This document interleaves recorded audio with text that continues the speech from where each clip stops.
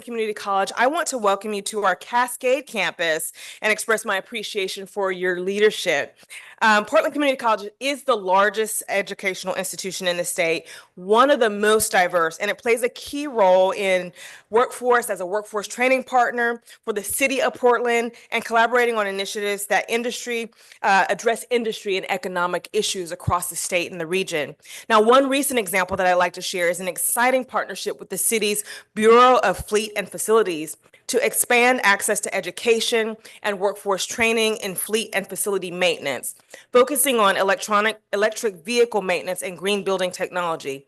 This will provide training for students and incumbent workers, connecting them to careers and helping meet the needs of emerging green workforce. The city has been a long champion for our students, and I definitely want to recognize the city for supporting Future Connect, which is a transformative program for students who face barriers to higher education by providing scholarships, one-on-one mentorship, and career guidance. With the support from the city of Portland, this program successfully served over 1,000 students in the area, assisting them in achieving their academic and career goals. 93% of the students are low income, 85% are first generation, and 83% are students of color. These are the investments in the next generation of leaders and change makers and future of our city. Again, thank you for your partnership, City of Portland. We look forward to continuing to work together to address community needs and expand opportunities for all Portlanders. Thank you.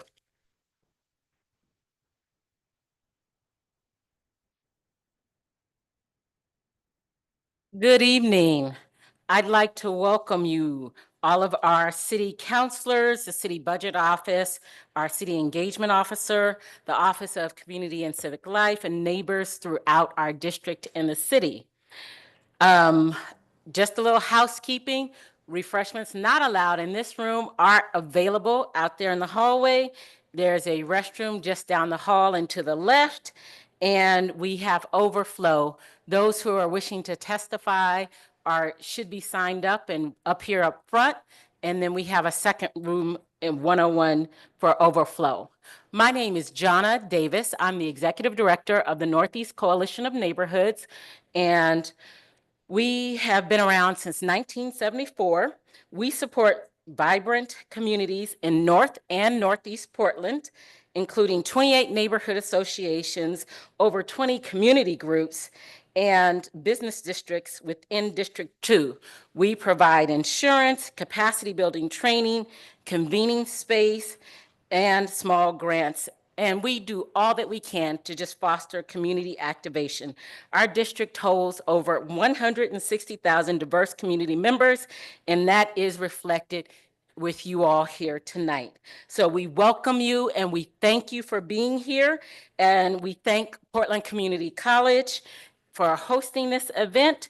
And tonight, we are glad that some of you have signed up to testify. The city is here to listen to you. Folks who know Portland better than anyone else, you're not just speaking for yourself. When you testify, you are advocating for the heart and the soul of District 2 and the future of our city. What unites us in a shared love for Portland and a desire to see it thrive. A Portland that is equitable, sustainable, and a place where everyone feels like they belong. How we all see that vision happening may be a little different, but our goal is collective. And so I'm excited to see you all here tonight. Please remember the person sitting next to you, whether it's the mayor or one of the councilors, is your dear neighbor and wants to see Portland thrive just like you do. That being said, here's a plan for tonight. First of all, we're going to hear opening remarks from our District 2 City Councilor, Samir Kanal. And then we will get a brief overview of the budget from our Budget Director, Ruth Levine. And after that, our Engagement Officer, Amanda Garcia Snell, will walk us through an exercise to help us think through these budget choices together. Finally, she will explain how both in-person testimony and online, there's a spot for those who want to submit written testimony, and you'll be able to do that online. And with that, we will welcome City Councilor Samir Kanal.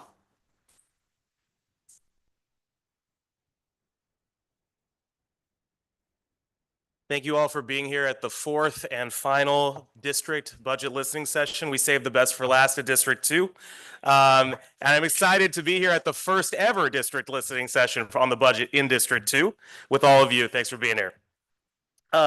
First, let me thank everyone for coming. I want to specifically call out the folks that are in the room, other elected officials, starting with my District 2 colleagues, Councilor Alana Purtle-Guiney, Councilor Dan Ryan, Councilor Candace Avalos from District 1. And I know we've got some others coming, and I know you all face the traffic on the way here too. So you'll see some other folks come in as well. I think the mayor will be here as well. Before getting into the part where we listen to you, which is the most important part of this, I just want to frame this a little bit. We're going to hear actually from Deputy City Administrator for Budget and Finance, Jonas Beery, in a moment. But we are facing a historic budget situation, budget gap. We are experiencing expenses growing faster than revenues. We have one-time funding like federal pandemic resources that are running out, and we have a historic ask for new funding as well for unsheltered homelessness and new strategies to deal with that. And at the same time, our community needs us to keep investing and balance our budget. And so there's a lot of work to do. And as part of that, we need your voice to be a part of it. We need to understand what you want so that we can co-create this budget with all of you. And the good news is that we're positioned to make those decisions in a way that reflects the priorities of Portlanders and obviously for the three of us, the residents of District 2. You may have read the preliminary recommendations that we received at the end of February from City Administrator Mike Jordan. That is the current document that's circulated. The next step in this process will be the mayor's proposed budget on May 5th, and at that point, the City Council will directly intervene, but it's still valuable to hear from you today because we welcome your ideas not only on what to cut and what not to cut, but the relative prioritization of different things that the city does. And I just want to note that this is an imperfect budget and an imperfect budget process. This is an imperfect event, and it's going to be an imperfect survey when you fill it out. And it takes courage for all of you, knowing that, to take part as well and to help shape this. And knowing that it's not going to be 100% of what everybody wants, but nonetheless having the courage to take part in it. And so I want to really express my appreciation for all of you for being a part of this process and for helping tell us what you value and tell us what you prioritize. I know that's going to affect how I view this budget, and I know it's going to affect my colleagues as well. So with that, obviously we're hearing you today. City staff will also be producing a report about the feedback that we receive across these listening sessions as well as our budget work sessions, and that'll be something that even the counselors that aren't here can take into account. And that's a really important part of the process. And by that, I mean you are a really important part of the process. So whether you're online or you're here, thanks so much for being here. And with that, I'll pass it over to our Deputy City Administrator for Budget and Finance, Jonas Beery. Thank you. Thank you, Councilor Kanal. Thank you, councilors and mayor who are here with us. Good evening, everyone, and thank you to all of you for being here. I appreciate you all taking time to share input. As Councilor Kanal mentioned, I am not Ruth Levine, the City Budget Office Director, but filling in for her tonight. My name is Jonas Beery. I'm the Deputy City Administrator for Budget and Finance and the city's Chief Financial Officer. I'm going to give just a really brief overview of the city's budget situation in the process, much of which was previewed a moment ago, but I'm going to keep it as short as I can because we're really here to hear from you. Do want to flag there's lots more information on the City Budget Office website, which is portland.gov/budget. And I would encourage you all to take a look at that information if you're the type of person who likes to dig down into those details. There was also an online budget comment tool, which is open now and open year round. We do read everything that's submitted, and that feedback's also reported to City Council. I believe there's a next slide, if we can move there. Great, maybe one more. Great, thank you. I'm sorry, did we maybe skip a slide? I can keep going, but all right, well, let's just keep it here. So at the end of February, as mentioned, the city administrator released what are called the preliminary budget recommendations. Really, those are just a first step to identify potential budget ideas and begin eliciting feedback, much as we're receiving tonight. It is not balanced, it is not final, but it's a starting point for the discussion. Want to be clear that the city has a legal requirement to produce a balanced budget by June to identify spending expectations for the fiscal year that begins July 1. A balanced budget means that all expenses for the year must fit within the available revenues. The general fund, which is not maybe shown here the way I was expected it to, but yeah, I apologize. I think we're missing a slide, so let's just go back. But I believe the slides that might be online indicate a chart that shows the general fund, which is the most flexible pot of money. Its primary sources are property tax revenues and business license taxes. Those revenues pay for things like parks, public safety, most of the city's centralized functions, and many, many other important programs citywide. And if you saw the chart that would be here, you'd see sort of the relative size that would show the majority of that is public safety and parks. And I apologize, if we can go back one slide, please. Thank you, perfect. At the end of February, for this upcoming fiscal 25-26 budget year, again, as of February, when we last did this sort of official calculation, anticipate a gap in the general fund of about $93 million. A few reasons for that. Just over 19 million is a revenue gap to maintain just current expenditures. And what that really means is declining revenues, or revenues not increasing at the rate that we expected. Predominantly, that's due to property tax, limited property tax growth, which is being driven by declines in property tax values, predominantly in the downtown, very large commercial properties in the downtown core. We're working with our best estimate of expected revenues as published in the February general fund forecast, also available on the City Budget Office website. We'll be updating that forecast data around the end of April based upon actual revenues once we know what those look like at the end of tax season, which is happening right now. The next column, just under 30 million, represents one-time funding in the current fiscal year that's not expected to continue. It includes a combination of factors such as expiring federal stimulus dollars, ARPA dollars, as those were often called, some discretionary spending, one-time spending decisions, and reflects a one-time revenue bump that we received last year in corporate business taxes. And then there's around 40 million, just under 41 million of newly identified expenses, including sheltering priorities and other required actions and activities identified during the current year. Next slide, please.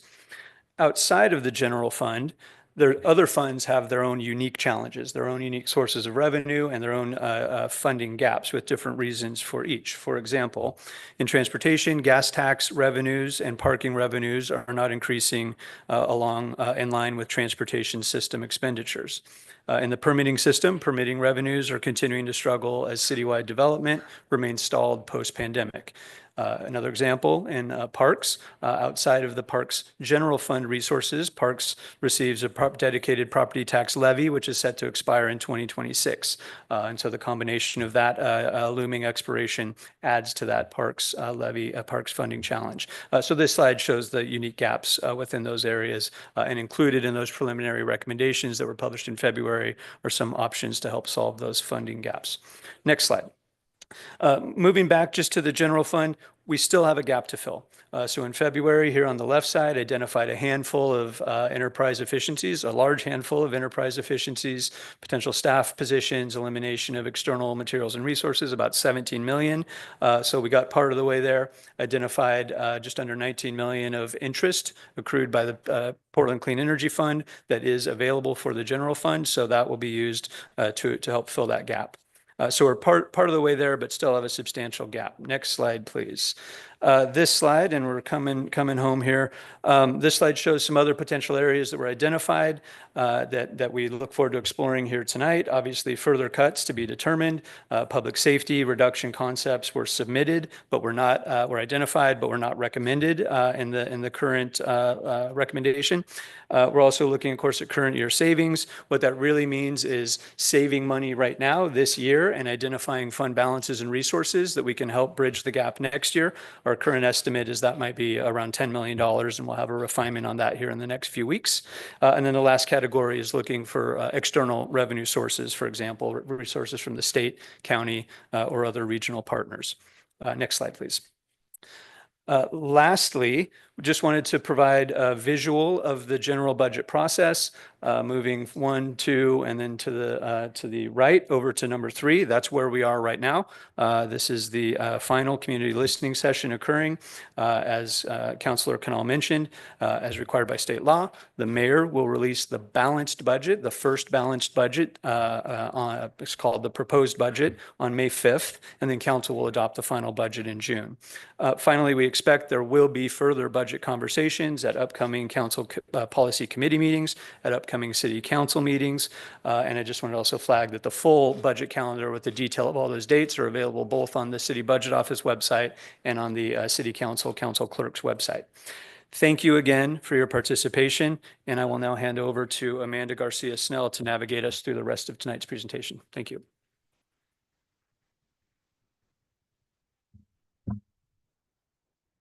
Hi, good evening. Thank you all for being here to share your thoughts with City Council and the Mayor. My name is Amanda Garcia Snell, and I'm the city's new Chief Engagement Officer. I wanted to just make sure that everybody had an opportunity to either complete the budget reduction prioritization exercise in hard copy, or you can scan it with a QR code. It's also available on our budget page, a link to that as well. And for online folks, you should have see a link as well to complete that exercise. This evening, I'm going to run through some quick ground rules about providing testimony this evening. Tonight is about hearing from you all. It is not a back and forth conversation. We'll strike a balance. Actually, we are at capacity for in-person testimony. So we will be providing time for in-person testimony. We will not have an opportunity for online testimony. If you're online, you should have seen all of the ways in which you can provide comment to City Council and the Mayor. So we will start calling people in groups of 9. As we call your name, the first 3 of those 9 can come right up to the table, and then these 6 reserved spots in the front are for the next 6 people in the queue. We have about 2 hours for testimony, and we will limit each comment to 90 seconds. Please do your best to stick to that time so that we can hear from as many folks as possible. A timer will be up on screen. There will be a chime to let you know when you have 30 seconds left, and then a chime at your 90-second time. We aren't able to adjust the volume of the chime, so apologize for that in advance. When testifying, please state your name for the record. Your address is not necessary. Please declare if you're a lobbyist. If you're representing an organization, please identify it. Disruptive conduct, such as shouting, refusing to conclude your testimony when your time is up, or interrupting others' testimony will not be allowed. If there are disruptions, a warning will be given that further disruption may result in you being asked to leave. Please know that this meeting is recorded. And thank you for helping your fellow Portlanders feel welcome, comfortable, respected, and safe. If you have questions or prefer not to testify and you are in person, you're welcome to submit your questions on the 3x5 cards that were at the tables, the sign-in tables outside of this room. We'll keep those questions and add them to an ongoing frequently asked questions document that will be posted on the city's budget planning page. So please check back there. We expect that to be up in a couple of weeks. We will not be answering questions tonight. Tonight is an opportunity for community to share your feedback and for the city to listen. And with that, we'll get going with our first 9 folks to provide testimony. Olivia Cotby, Jesse Joseph, Jeff Bayer, Marie Gerke, Darlene Urban Garrett, Carmen Thompson, RJ DeMello, Jimmy Wilson, and Exuro Piachoki.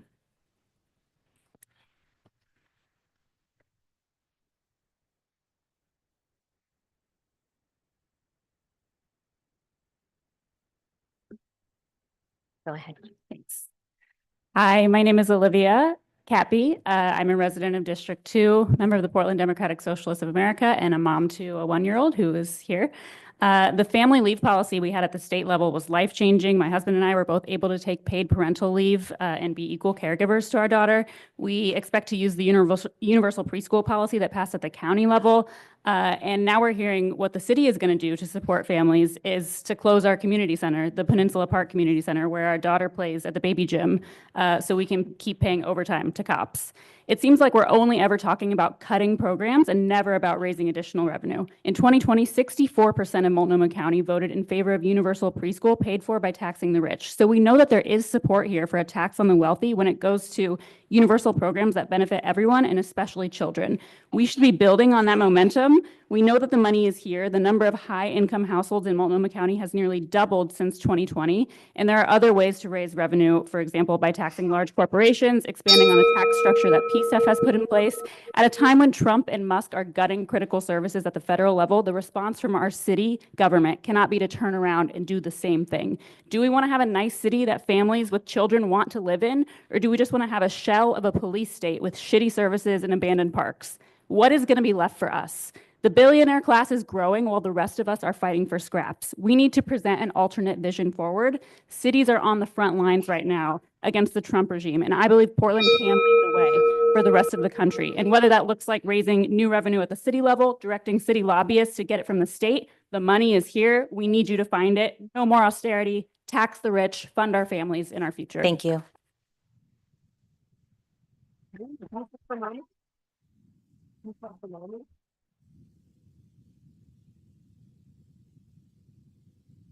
You heard our daughter testifying a second ago.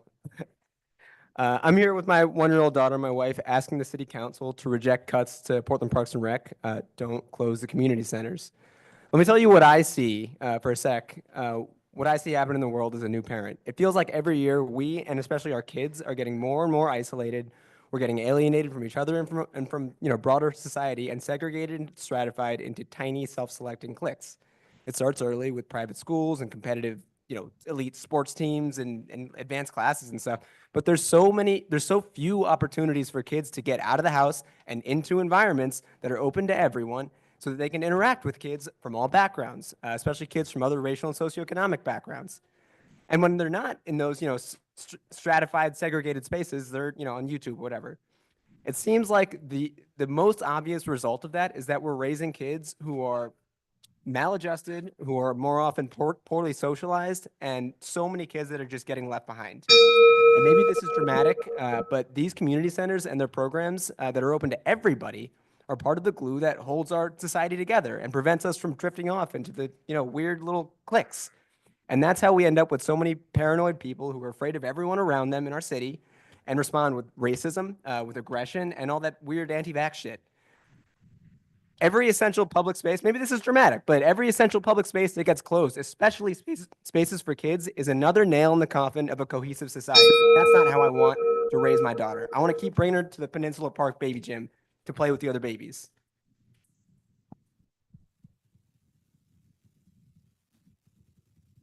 Could you say your name for the record? Oh, Jesse Joseph with Thank Portland you. DSA. My name is Jeff Bayer.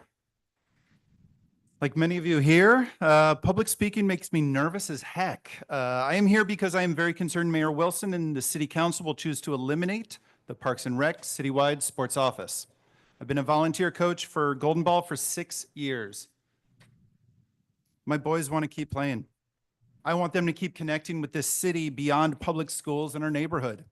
There's nothing excessive about a $779,000 annual budget for the sports office. Mayor Wilson, please remember we voted for you, your entire personality. I know you've coached and you've said the Blazers championship in '77 is one of your favorite memories. I was lucky enough to get to know Bill Walton and spend some time with him. I know he would want me here fighting because we would pretty much only talk about two things, basketball and our children, not kids. He was very clear on that. He explained that was a baby goat. I'm asking for a fighting chance. Let us compete. Reduce the sports office budget if you have to, but don't destroy the program. Give us a chance to raise funds or let the Portland people vote on a new parks levy. You all have a tough job. I know that. Find a way. I believe in you for now.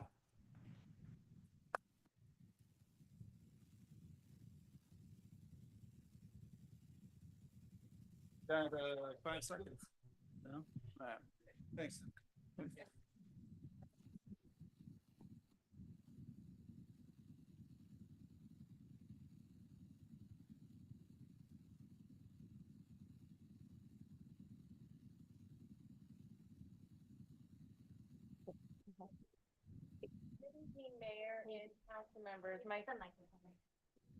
Good evening, Mayor and council members. My name is Marie Gerke. I am here tonight to talk about civic engagement.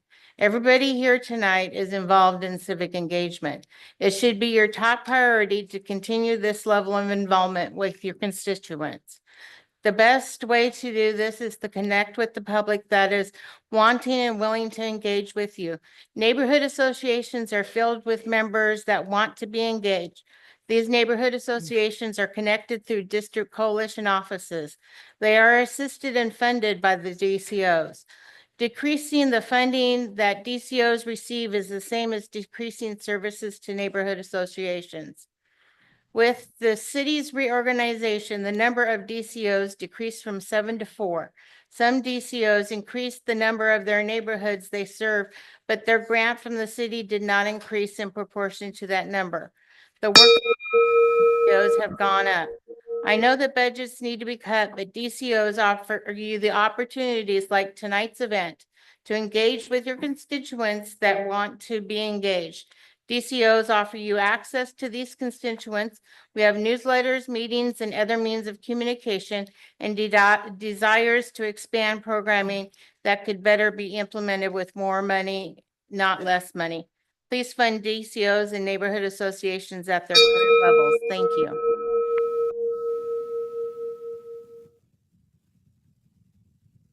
My name is Carmen Thompson. I'm a concerned citizen. That lives in District 2. I don't have any prepared comments. I'm really just speaking from the heart. Here to talk about, obviously, saving Peninsula Park and all the other community centers, but here to talk about specifically District 2 and the impact that your budget decisions will have on the district. The counselor said that saving the best for last, having it here in District 2. District 2 is in the historic Albina neighborhood where communities of color have been decimated over years and decades in the city of Portland. So I hope that when you make your budgetary considerations, that you think about the gentrification that has happened, the removal of Black people from District 2, and how it is that your budget decisions are going to impact communities of color. And oftentimes, many of the things when they're considered, whether it be housing, whether it be parks or whatever, oftentimes communities of color, and particularly African-American people, are not thought about or represented in those comments. And so as we think about cuts to the parks, which is really important to me because I frequent Peninsula Park all the time, I remember that park used to be predominantly attended by Black and African-American people. And I'm glad that it's open to everybody now, but those cuts can stop people from having interactions with the police when you have a solid park system. It supports not having homelessness because we're taking care of kids on the front end rather than on the back end. So I'm really supporting our parks and that you consider communities of color when you're making your decisions. Thank you.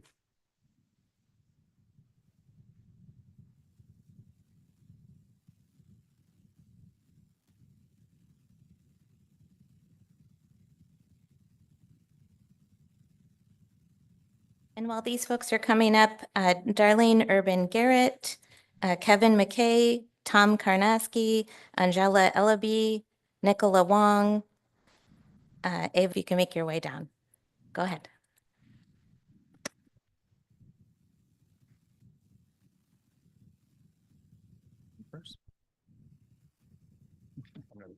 I'll go ahead. All right. I'm going to speak like an auctioneer. Hello, everyone. My name is RJ DeMello. I'm the chair of the St. John's Neighborhood Association. And I bet you can guess why I'm here. I'm here to voice our opposition for the closure of the St. John's Community Center. St. John's is a neighborhood that's been historically underserved for decades. I'm sure many of you know that, especially Mayor Wilson, Councilor Ryan. You attended Roosevelt High School right there in town. So, recently in the news, there was a talk about a doom loop and Portland being in one, but really, I think of it on a more local level. You're putting neighborhoods into doom loops with cuts to services. So you talk about St. John's right now. Our pool has been closed at Pier Park. It's under repair. It might be open in time for this season. Our library is closed, at least for another year and without adequate temporary services from Sonoma County Library. And now we might have a community center closed that has really important aftercare that's affordable for neighborhood parents that are working class, a working class neighborhood with working parents. Great summer camp options at the community center. We can't let our neighborhood fall into this doom loop that you talk about the city and with the downtown and with all that, but it's happening as a microcosm in our neighborhoods. The truth of the matter is the wealthy neighborhoods find a way. The Pearl District, they hired private security and outreach workers to take care of their problem. They can afford a budget cut. When there's not services, they'll fill the gap. Our underserved communities can't afford to fill the gap. You need to look out for St. John's and the underserved communities throughout Portland in this budget. It's a human budget. Thank you.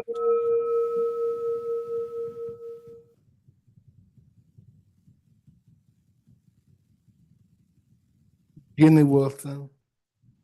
When you go and you talk about the chain of decision making and that affect the neighborhoods, the community, the volunteers, and the secretaries,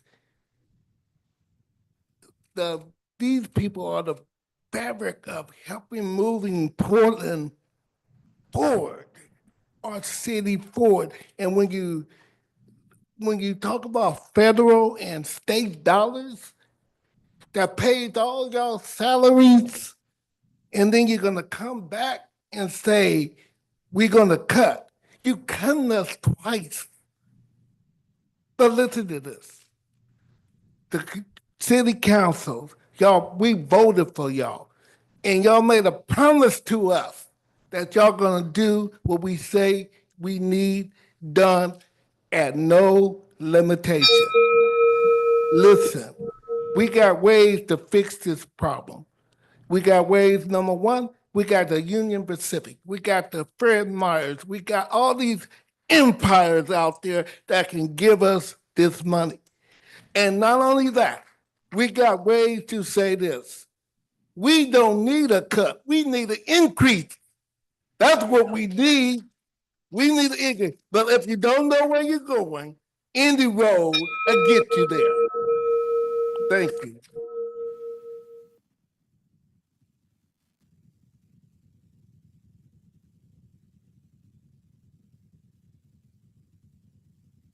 Good evening.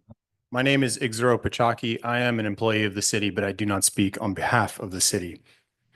In the most recent Climate Resilience and Land Use Committee meeting, a series of bar graphs was presented by Portland Parks and Recreation upper management in an intent to demonstrate how these proposed budget cuts may affect Portland Parks and Recreation and the citizens of Portland. This bar graph is disingenuous in its nature. Parks and Recreation and the city are a pyramid, a triangle, with the mayor's office, city council, and upper management at the top, and the frontline workers who deliver services to the city of Portland at the bottom.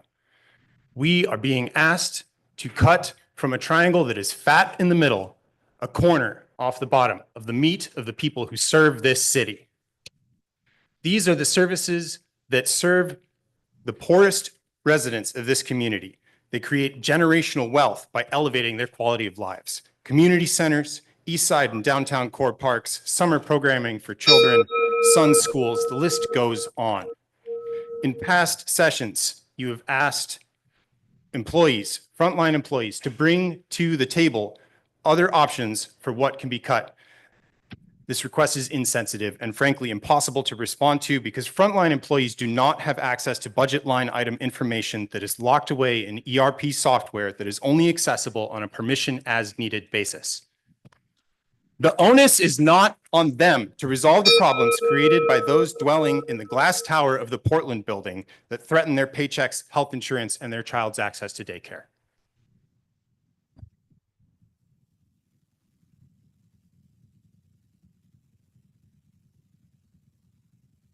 Darlene Urban Garrett, Kevin McKay, Thomas Karansky, Angela Ellaby, Nicola Wong, Ava Clements, Pippin Zimmer, Maza, and Aria Sheft. You can make your way down. Ready? Go ahead. My name is Kevin McKay. I live in Cathedral Park. I have two issues. One is the St. John's Community Center, Pier Park, situations like that. Why attack historically neglected neighborhoods where there are diverse neighborhoods and neighborhoods with lower income? My second issue is the state and local officials who have kind of a woke attitude about cars. Cars are not going away. Making it more difficult for drivers is not a good idea, like the reconstruction of Willamette Boulevard. That is a total waste of money. That is a perfectly fine road when roads like Killingsworth east of Greeley are coming apart at the seams and nothing's being done there. The denial of parking spaces and garages for new buildings is ridiculous. There are neighborhoods where there is not a single place to park your car when you come home from work. Mass transit is great, but why would I want to spend 2 or 3 hours to get someplace that I can get to in 15 or 20 minutes? Cars are not going away. They're becoming electric, which is another environmental hazard, but that's all I have to say. Thank you.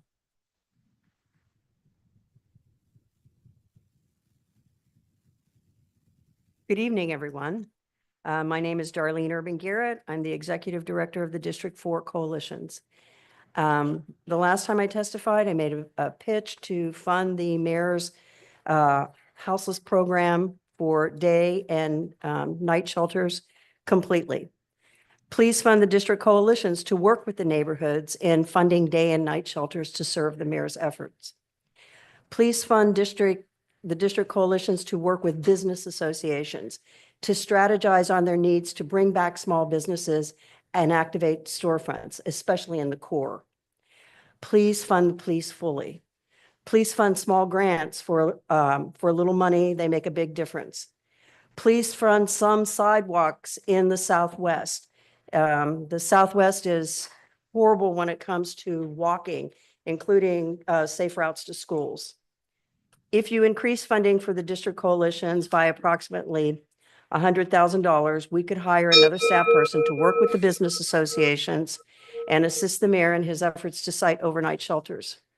District coalitions are poised to serve our counselors. It is critical that each of these priorities find their way into our scope of work for 25-26. Thank you.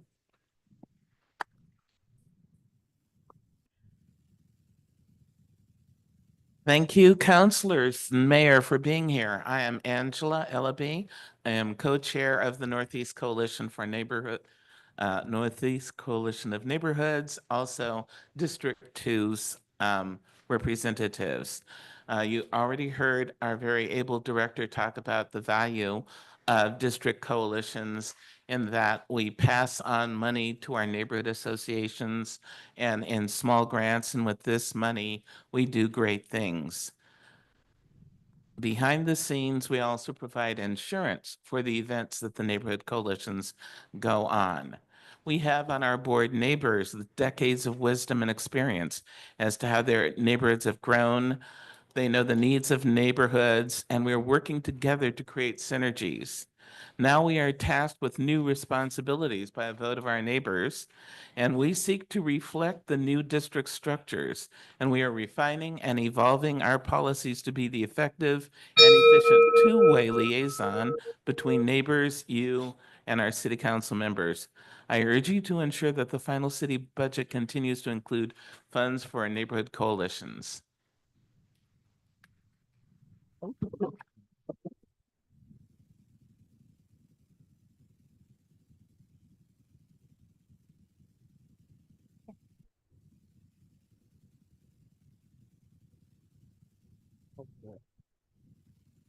My name is Tom Karwacki, and I am the co-chair of NECN, District 2 Coalition of Neighborhoods, along with Angela.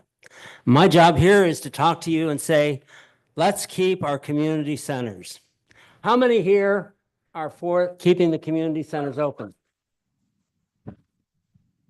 Okay, so community centers and parks and recs are the incubators of hope and dreams. That's historically what they have been. And that's what they are today. And all I can ask you is, in the words of another politician, Keep hope alive.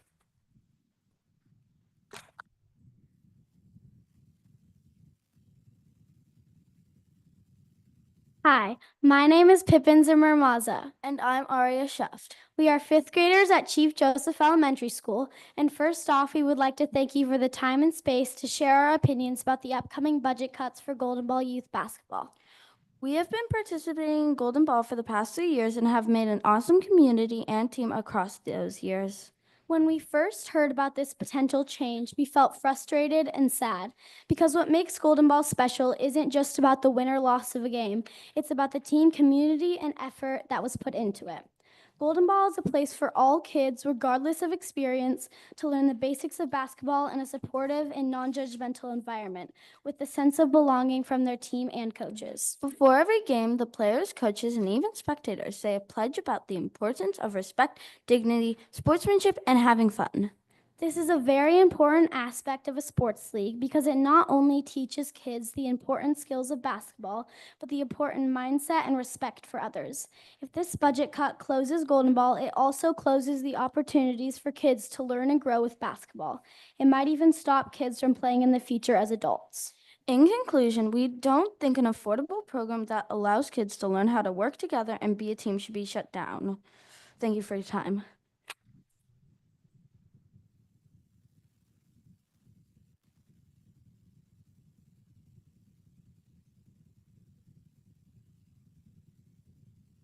Nicola Wong, Ava Clements, Golden Ball Team, Micah Johnson, Monica Nettle, Galen Lawson, and Kim Brown, if you could make your way down. Go ahead.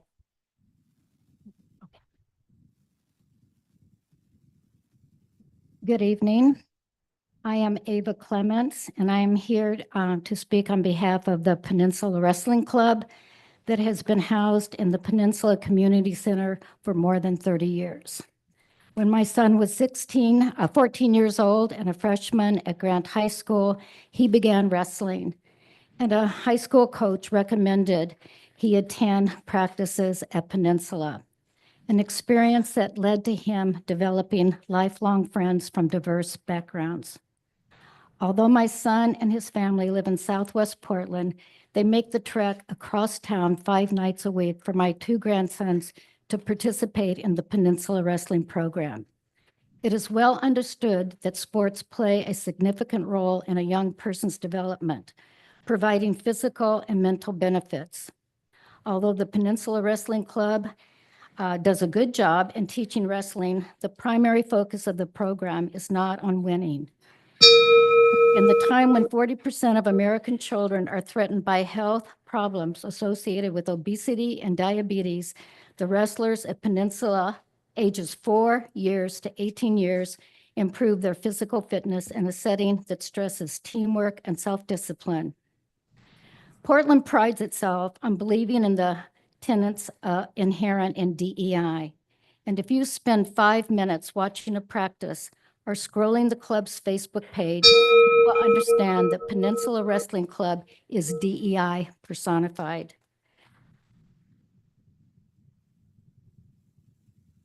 If budget cuts are necessary, then consider applying the principles of equity and reduce services across the city to ensure that the Peninsula Wrestling Club can survive. Thank you.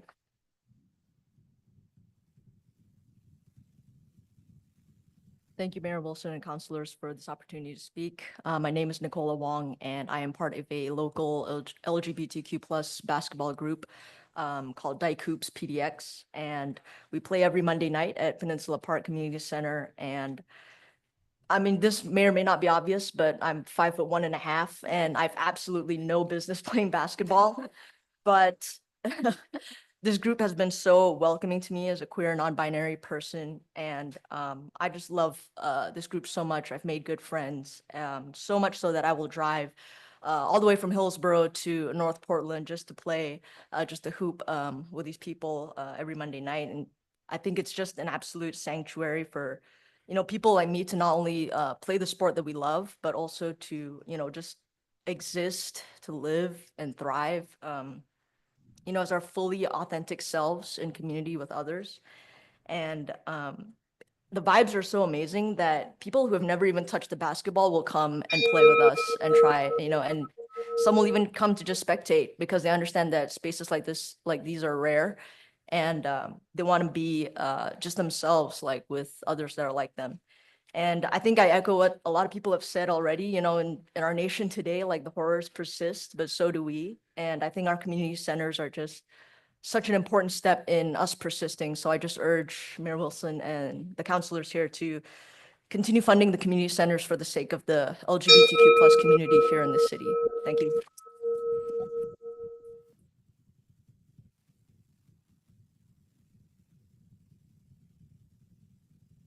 I would just like to remind folks online, unfortunately, we're at capacity for in-person testimony, so we're not able to take any online testimony this evening. There is a link provided in the chat so that you can submit your comments that way.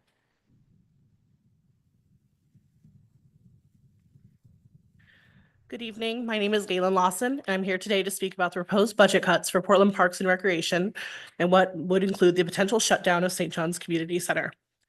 I started working as a casual employee for Parks and Recreation back in 2013 with our summer free-for-all program, which is also facing significant cuts, due to budget deficit. And 12 years later, I am now a full-time employee working as a recreation leader generalist at St. John's Community Center. There is currently a supply and demand issue within Portland Parks and Recreation. Over the past 3 years, recreation programming and the demand for more programming has grown. I'm sure everyone here has heard about the difficult access for swimming lessons due to massive need for them, but that's not where the need stops. At St. John's Community Center, our after-school program, SOAR, already has 70 children enrolled from 2 Title I schools with 50 more children on the wait list. This is an essential service that many families need, and there are not adequate alternatives in our area, especially if some schools are shut down. Our rental department has grown from 2023, where we did 19 permits, generating $4,000 in revenue, to 2024, creating 42 permits with almost $20,000 in revenue, which is a 384% increase in rental profit. Some of those permits are for queer volleyball leagues, nonprofit soccer clubs, and veterans service organizations, and of course, countless birthday parties, baby showers, and celebrations of life for those in our own St. John's community. Many of the services will struggle to find new locations to hold their events, which are vital to Portlanders. Year after year since returning from the pandemic, our participation levels have continued to rise, so much so that we have to play Tetris in our building to find ways to accommodate more programming.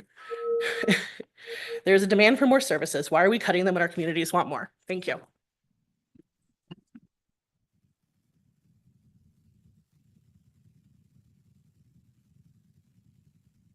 Good evening. My name is Kimberly Brown, and for the past 5 years, I've worked at St. John's Community Center as a recreation coordinator. My prior years include time at Charles Jordan and Hillside Community Centers. In June, this will be my 22nd year with Portland Parks and Recreation.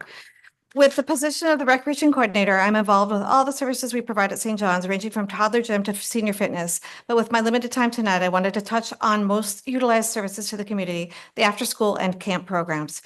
Camps and after-school care for children are the most utilized services that we provide to the community and are some of the most rewarding. We care for 70 children who come from 2 Title I schools. 50% are utilizing an access discount, and we have a growing wait list of 50 children. Our camps are affordable and highly sought after and always full, running Monday through Friday, 7:30 a.m. to 6 p.m. When we can, we add additional staff to take in more children to accommodate the need for care. And to quote a parent on the last day of our spring break camp last week, he had so much fun and I was able to work this week. That's an important message. With the increased cost of childcare, it is becoming very difficult for families across Portland, and what we do to help the families in St. John's. People need to work and know their children are in good hands. Please keep all neighborhood community centers open, and please keep camps running. Before you vote on the final budget, please reconsider the community that will be impacted by this proposed cut. As you saw last Tuesday night on the local news outlets, this center truly has a community behind it. It would not only be a disservice to this passionate community, but an absolute disgrace to the taxpayers of that region. Why should they lose their services when they are paying for them? Please choose to make other cuts. We should be putting an emphasis on making sure our core services are funded prior to allocating money for funding new capital improvement projects, additional programs, and staffing, or this will only continue to happen. Thank you.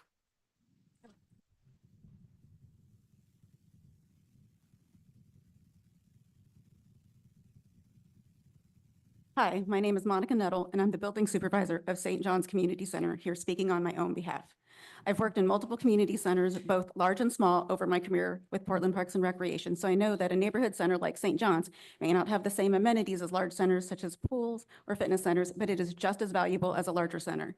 We are a valuable resource for the St. John's neighborhood. Some of the many programs that we offer include preschool, camps, fitness classes for adults and seniors, open gym for teens, and after-school care for our neighborhood students. SOAR, our after-school program, serves 70 students from Sinton and James John elementary schools, both Title I schools in a neighborhood where 14% of the community live below the federal poverty line. Our after-school program is the only 5-day-a-week childcare option that operates until 6 p.m. There are few after-school care options for families on the peninsula with limited hours or days, which was further reduced by Campfire closing their program at James John last summer. Our program not only has 70 students enrolled, but we have a wait list with another 50 students. Parents are so desperate for care that they are willing to arrange their own transportation for their children. Sinton Elementary is also in danger of losing its SUN program, taking away the other main option for Sinton families.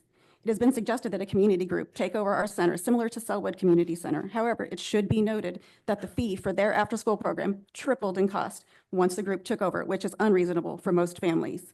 Closing St. John's would have a devastating effect on the working families in the neighborhood and may drive those families to move out of Portland and further impacting tax revenue. Recreation continues to be undervalued. Closing neighborhood centers should not be the answer to address budget shortfalls. Other reductions within the Bureau should be considered, as well as furlough days and pay and hiring freezes for all city employees. Save our programs for our children. Thank you.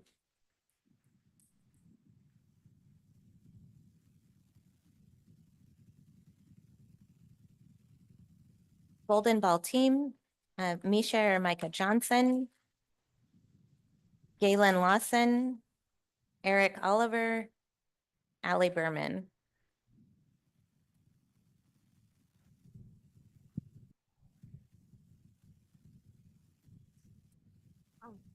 Hello, my name is Rosie, and this is Ella. We're fifth graders at Chief Joseph Elementary School, and we're here to talk about the effects of cutting Golden Ball.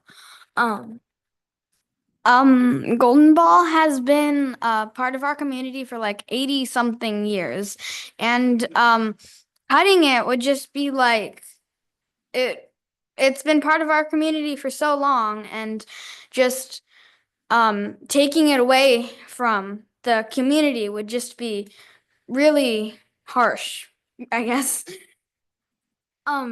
Some families can't afford club. So if you cut Golden Ball, not all people in Golden Ball would be able to go to club, and there's no guarantee that you would make it into club even if you tried out. Also, even if you're like not good at the sport, they won't just say, oh, you can't do this, you're not good. They'll teach you, they'll show you how to play, and maybe you'll get better. And, you know, maybe you'll actually decide to keep playing it for who knows how long. Golden Ball also offers good like suggestions for like girls and boys, and I think it's really important that girls get valued just as much as boys.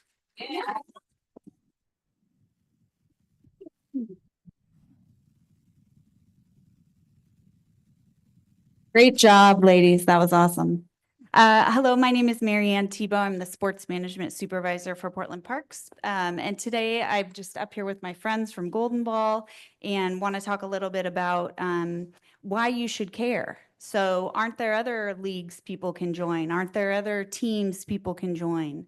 Well, the answer is no. So why can't another organization run a basketball league that has been in the city of Portland for 87 years and lets 2,400 youth all over the city play?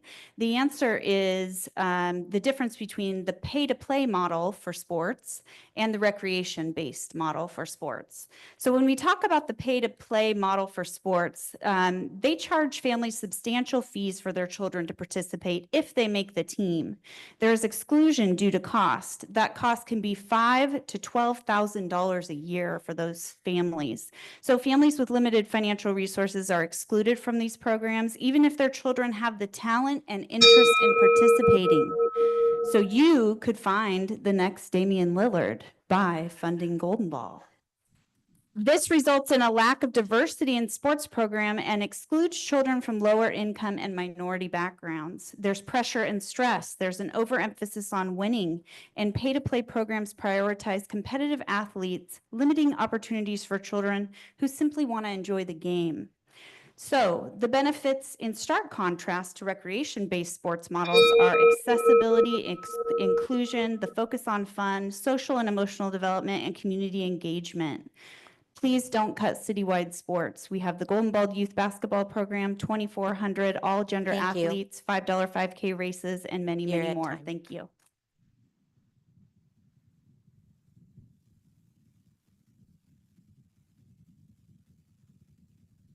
Misha Johnson, Eric Oliver, Allie Berman, Sandy Grass, Don Robinson, Mark Green, Vi Dean, Suzanne Hess, and Jamie Dosher. Speak your way down.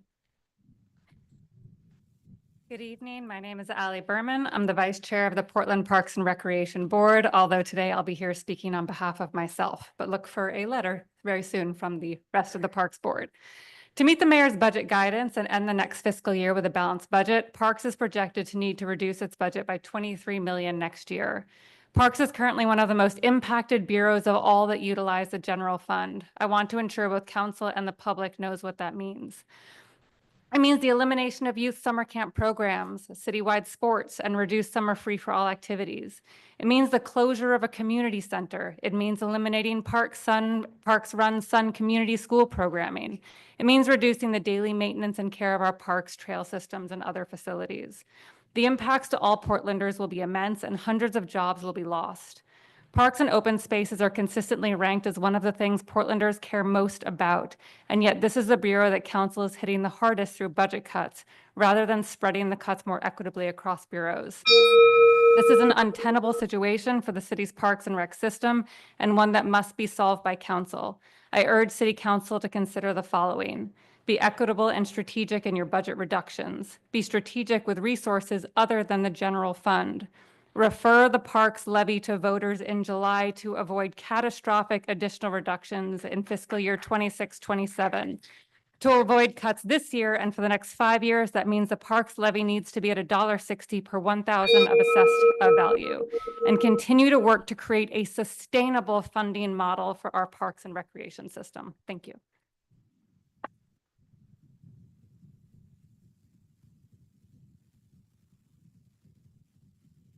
Hi, all. Thank you for your time. My name is Eric Oliver. I'm an educator, a District 2 constituent, and I work as the Youth Programs Manager at Northwest Trails Alliance, a local cycling organization that partners with Portland Parks and Rec. I'd like to speak about our partnership in particular with the Parks Sun Community Schools program and to express my concern about the proposed cuts to the program. I've been fortunate to work with Sun's after-school programming at schools across the city, including most recently with Sitton Elementary here in District 2. We provide mountain bikes and coaching to participants, and these are usually third graders, fourth graders, fifth graders. When these students show up to our Sun classes, they're not always sure what to expect. They might be used to hearing no, but in our after-school programming, we can say yes. Yes to hopping on a mountain bike, maybe for the first time. Yes to exploring the park across the street. Yes to taking healthy risks and challenging yourself to do things you didn't know you could do. Through Sun, our schools, parks, and neighborhoods come alive for students in a whole new way. In my mind, these are the moments when kids first feel like citizens. They're part of something bigger and they matter enough to contribute to the community themselves. When so many things around us seem to be going wrong, Sun is something going right. To jeopardize this program would be a blow to working families and communities that already have access to fewer resources. For these reasons, I urge the council to preserve the Sun program. Thank you.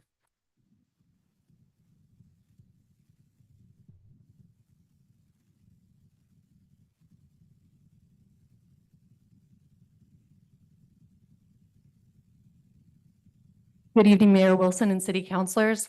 My name is Suzanne Hesse, and I am the manager for the Future Connect program at Portland Community College. I want to start by thanking you all for the city's continuous support of the Future Connect program at PCC. And I also want to say thank you to my team and students who are sitting back there here to represent for our program and the student who's going to hear from in just a second.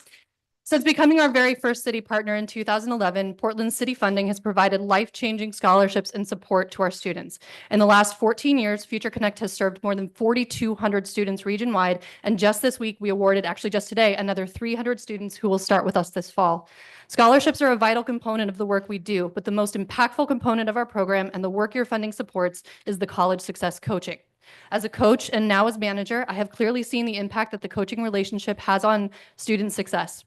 The majority of our students are first generation, meaning they are the first person in their extended family to attend college, and many are the first to complete high school.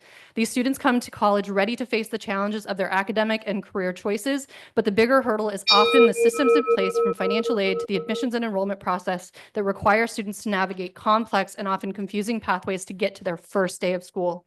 The coach and the support provided by the Future Connect program makes that difference.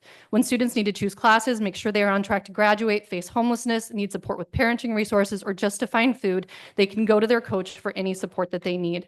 We now currently have multiple students who have completed the Future Connect program and are now working in programs like ours at other colleges and institutions. They are working in our cities and they are working in our communities. Please continue the funding for Future Connect and support these students moving forward. Thank you for your time.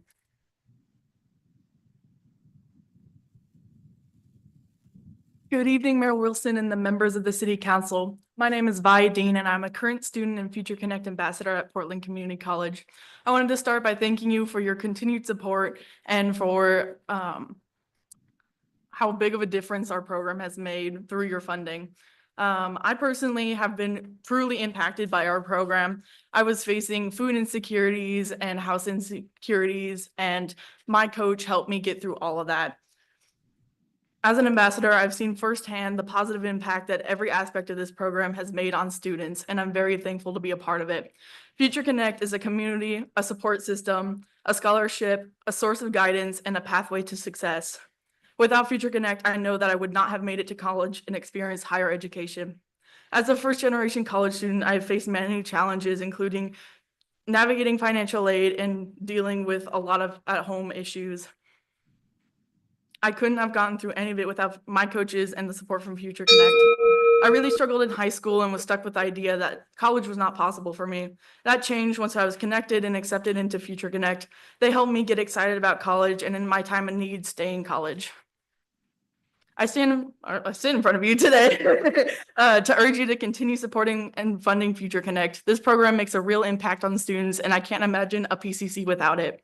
Please ensure that Future Connect remains available to students who need it the most. Thank you so much for your time and your service to Portland, the city of Portland.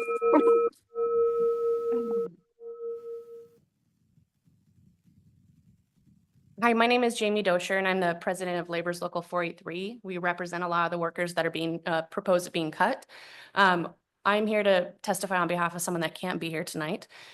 His testimony is, hello, my name is Christopher Scooter Bradley, and I'm a resident of North Portland, St. John's area, and I've worked at Portland Parks and Recreations for the past 19 years of my life. I'm currently 33 years old, working for PP&R and being a member of the community. I believe I have a valuable and unique perspective. I know how much recreation means to our community and to Portlanders as a whole. And I say recreation because during the last devastating cuts, most of the cuts are based in recreation. They were heavily directed at frontline workers, recreation workers, community centers, and programs. And none of those services or rec workers came back. We had to work harder with less. Cutting community centers, after-school programs, and camps cannot be the solution for these proposed cuts, especially when nothing comes back. You cannot keep chipping away at us until there is nothing left. I currently run the after-school program at St. John's Community Center. I love this community, and shutting down our center would be more than devastating to this community. We provide the only 5-day-a-week, 2 to 6 p.m. after-school care in the St. John area. I have 70+ kids in our program with a huge waiting list that grows every year. Please show Portlanders that you care about recreation and not just parks. Save our centers, after-school programs, sun schools, camps, and classes, and please save recreation. Communities and Portlanders need us, I believe, now more than ever. Remember, it's Portland Parks and Recreation, not just Portland Parks. Thank you for your time.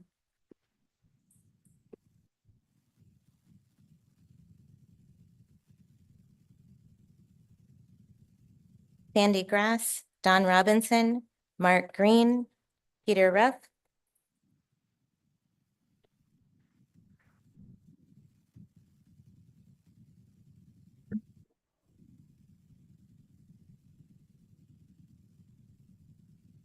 Mayor, councilors, My name is Don Robinson, and I'm the chair of the Piedmont Neighborhood Association.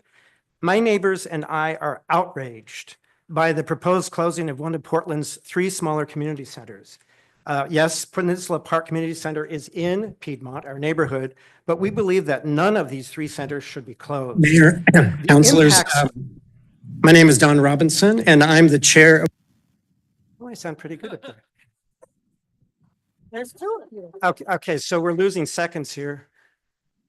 Okay, well, the impacts of any closure on surrounding neighborhoods would save some costs up front, but the negative impacts in the long run would produce new, much larger capital and opportunity costs.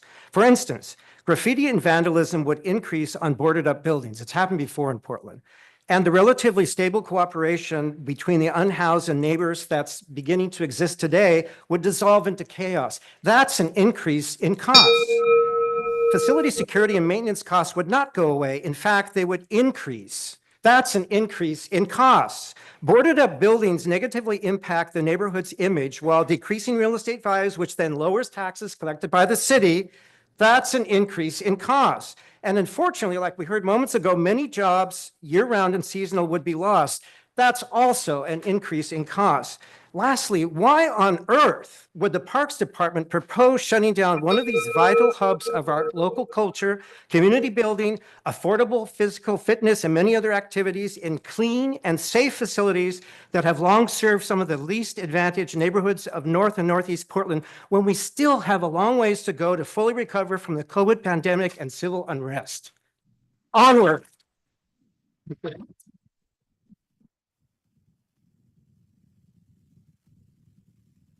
Wasn't that great? My name is Sandy Grass. How do you follow that? I live in North Portland within a mile of Columbia Park. My kids, my grandkids, we practically live at that park.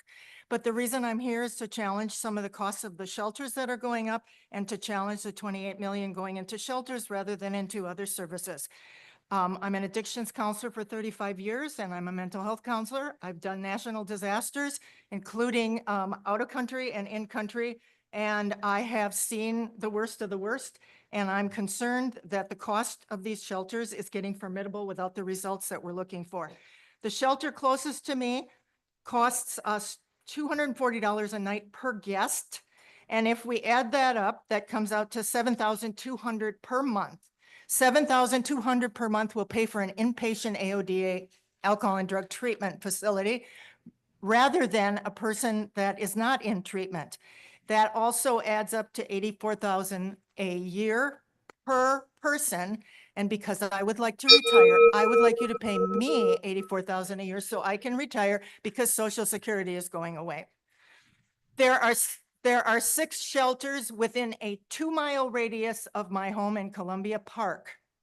Columbia Park had shooting, and I'm going to run out of time. Please reconsider the 28 million for 1 year and do an oversight into these shelters, appointing people to the table that know what they're doing when it comes to disaster responding.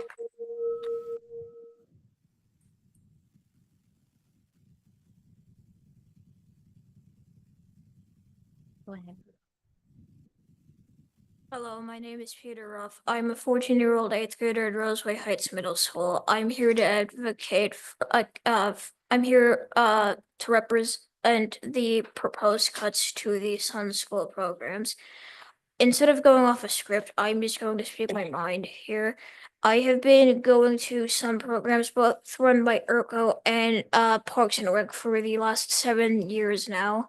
I have had some great experiences there, especially with the programs run by Rec. We've been given opportunities to engage in activities that like clubs, sports, and dance and okay, whatever. Just recently, our chess club won first place in the regional. And all of this has been specifically connected to the Sun School program.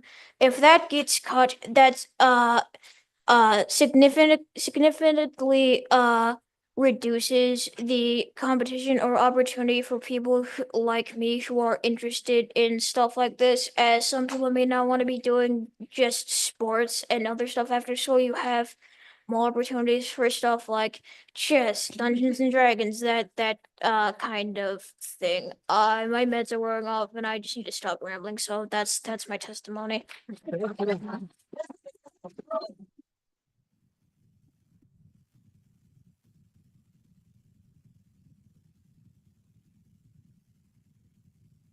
Mark Green, Diane Meisenhalter, Jack from Golden Ball, Jan Zuckerman, Tom Haig, Stephen Greco of Golden Ball team, Laura Nash. Slide down.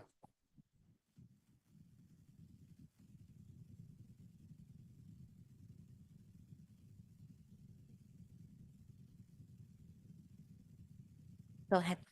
I think you're first, maybe. Go ahead. Hello, everyone. My name is Mark Green. I'm one of the supervisors and trainers and game schedulers for the Portland Parks and Recreation Youth Basketball Program. And I'm here on behalf of that program because I heard the proposed cutting of the program, and it just breaks my heart. I've been part of this program for the last 18 years. I played in this program when I was a kid. 4 of my kids have played in this program. And through this program, I've met some wonderful people, the people I work with, and a lot of the kids that I've seen grow over the years in this program. This program gives young teenagers a first job. It gives them the responsibilities of being on time. It teaches them how to be a team player. It teaches them how to be dedicated to something other than playing video games and watching TV and TikToks and all these other things. And I just really hope that we can save this program, because the Golden Ball program has been a part of the Portland for over 80+ years, and I would hate to see it go away.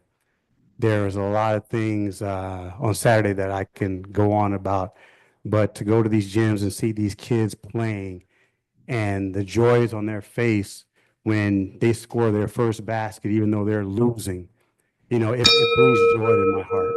And I can't say enough for this program and how it's created a lot of confidence in these young kids as far as learning how to play with a team and being competitive and learning to lose as well as winning.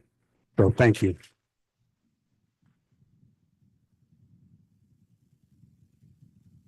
So before calls for cuts to public services, youth programs, community centers, PBM emergency planning and the like, we need to grapple with some big issues.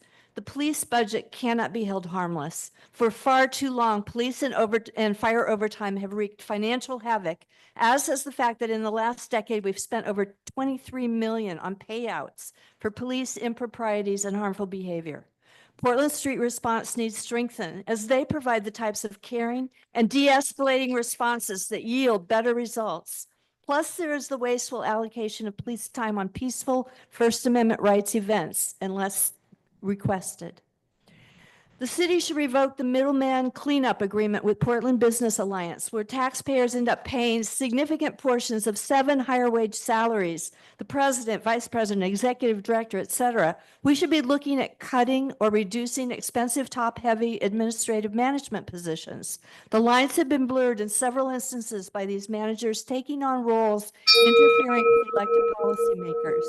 As GTAC pointed out in their final report, our policymaking city council members need more support to truly be responsive and foster community engagement and inclusion. There need to be both community and national experts guiding our best policies and use of funds, and we hope for future participatory budgeting. The forward-thinking PCEF fund must be protected solely for its intended purposes.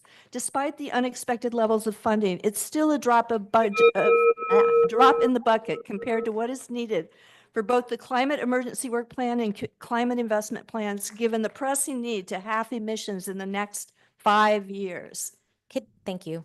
And can you say your name for the record? Oh, I'm sorry. Diane Meisenhalter. Thank you.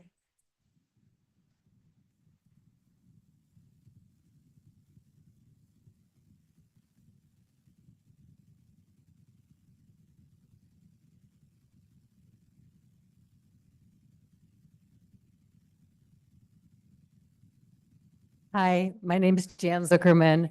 Thank you so much for listening today. It really means a lot to all of us. I don't need to repeat what other people have have said, but I agree with so many of the people who spoke about parks. As a retired teacher who spends a lot of time in school still, I know how much our children and our teachers depend on the community centers for their mental, social, physical health, and their academic success. And so do the parents and the grandparents who have these children depend on community centers. Please commit to not only our community centers, but like Diane just said, our community PSEF funds to what the public voted for. Community-led projects to reduce carbon emissions, provide economic opportunities, climate resiliency, and for the most impacted communities. And finally, the role of our city administrator in the day-to-day management, including budgets, is so vital in shaping a vibrant, inclusive city. This is why we really need to be recruiting of the very best candidate. And so I urge you to post this position as soon as possible in order to be able to do this. Parks, PSEF, people, Portland, possibilities. We can do it.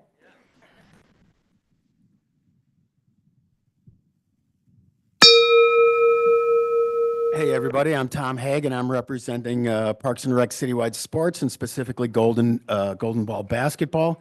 When you all, Mayor Wilson and the councilors, when you opened up these meetings, you invited every group in Portland to testify, but only one group came to all 4 meetings, branded with collateral material, and it was Citywide Sports. We are players, we are coaches, we are parents, we are referees, we are administrators. We come freshly showered and we smell great. We are a loud group, but we are not noisy. We mean business. We organized better than anybody to come to these meetings. When it comes to those budget cuts, you need to appreciate that. If this is just a political stunt where you can wave to constituents, you got what you wanted. But if you're going to make those decisions, you need to respect the people that took your invitation more seriously than any group. And that's Portland Parks and Rec Citywide Sports. Thank you.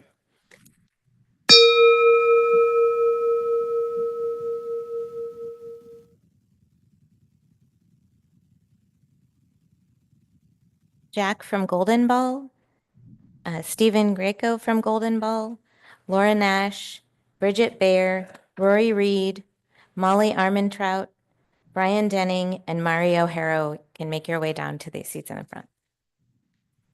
Hello, my name is Laura Nash. I live in the Arbor Lodge neighborhood, and I'm here today with a group of people from the Portland chapter of Showing Up for Racial Justice.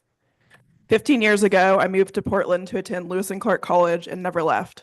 I built my career here, got married here, and bought a house here because I love this city. I love the spirit of creativity and community, the beautiful outdoor spaces, the incredible restaurants and bars, and the friends I've made who share my love of Portland. The happiest and safest I feel in Portland is when I'm walking through my neighborhood, through Arbor Lodge or Peninsula Park on a busy day. Families are out walking their dogs. Kids are running around on the splash pad. Groups of friends are laying on blankets spread on the grass.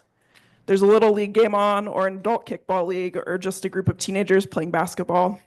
Maybe a mutual aid organization has a table set up with free plant starts, hygiene products, or school supplies. I'm here today to speak up for the city services that make the Portland I love possible. I support funding for parks and recreation, affordable housing, behavioral health care, and Portland street response. I support funding the programs that build community, keep kids and youth engaged, and prevent poverty and houselessness. I don't support increasing funding for the Portland Police Bureau when so many vital services are getting slashed. We shouldn't rely on police to solve problems that they aren't equipped to solve, like mental illness and addiction. We should expand Portland street response to respond to calls 24/7. Thank you for your time and your service to our community.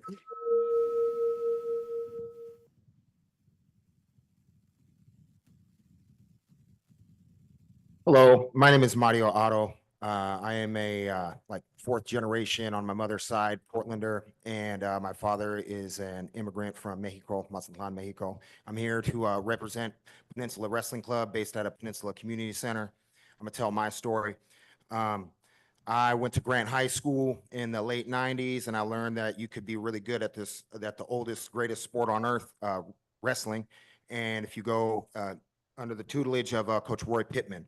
And so I'm still continuing that journey of being a good wrestler, but now I'm on the coaching side of that, on that journey.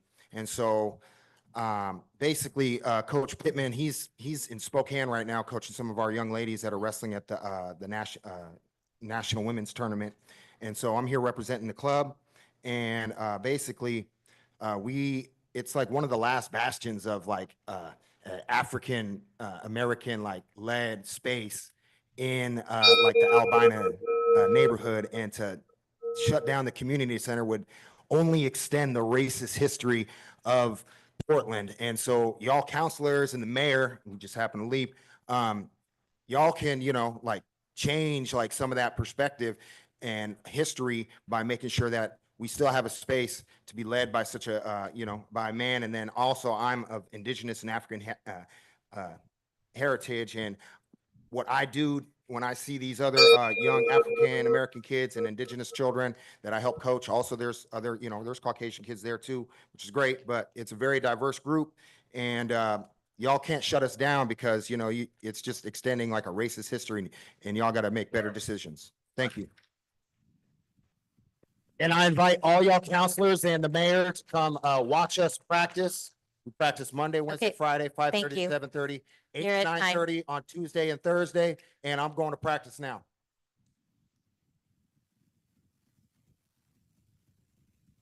Hello, everyone. My name is Molly Armentrout, and I'm a constituent of District 2.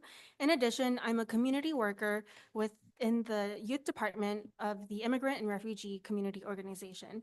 I want to voice my strong support for Sun School programming, as I see firsthand the positive economic, social, and emotional impact after-school programming has on youth, their families, and their greater community.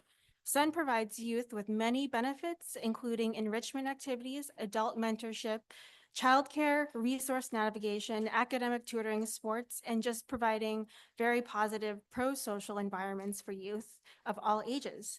These services are a great way to promote equity, as after-school programming allows youth from all cultures and all socioeconomic backgrounds to have access to enrichment and activity and academic activities. In addition, Sun functions as a very valuable childcare option for working parents. They can pick their kids up from school at 5:30, and they are knowing that their children are in a safe and supervised environment. From my position as a community worker at ERCO, I've seen many low-income immigrant and refugee youth and families benefit from Sun services. Most importantly, Sun staff who function as mentors towards youth.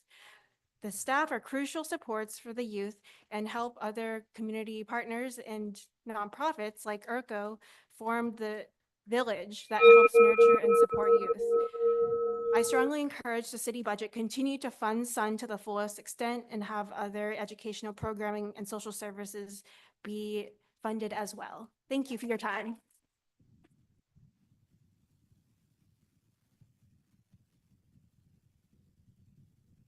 Hello, councilors and mayor. My name is Brian Denning. I am the co-chair of Portland Democratic Socialists of America. I'm here today to ask you to fund people and not police overtime. I want to mention, the article recently came out, 84.5 thousand is the average worker income for the city of Portland. Over 57 city workers made over $250,000 last year. Of those, 46 to 57 were police and fire. So the big thing I want to talk about right now is, and especially I'm glad that Mayor Wilson is here, the Houston model is a famous model in the United States of a successful model of a city that actually tackled homelessness and really successfully beat it back and did a great job of doing that and bringing people into housing. One of their 4 pillars was a citywide street response program. A citywide street response program fully funded, and that made a huge difference in keeping people out of that pipeline and getting people back into housing and successfully defeating a huge issue for that city, where they had some of the highest homelessness in the United States. Look up the New York Times articles about this. I strongly encourage you to check that out. here's the issue. We don't want to put all that money into overtime for police officers, right? That's not the right use of that money. That is not where we need it. That is not what is going to help our communities right now. And I just want to talk about this also in my last few seconds here. The bigger issue here is every year, and I've lived here in District 2 since 2008, been in Portland since 1991. Every year I see us say austerity. Every year I see the city say, we need to make more cuts. We don't have revenue. I want to congratulate my last few seconds here, Councilor Novick, Councilor Dunphy, and Murillo for proposing a tax to increase to try to bring in revenue because the city needs revenue to support these programs. Please, please, please do not fund overtime for police. Fund the people of Portland. Thank you.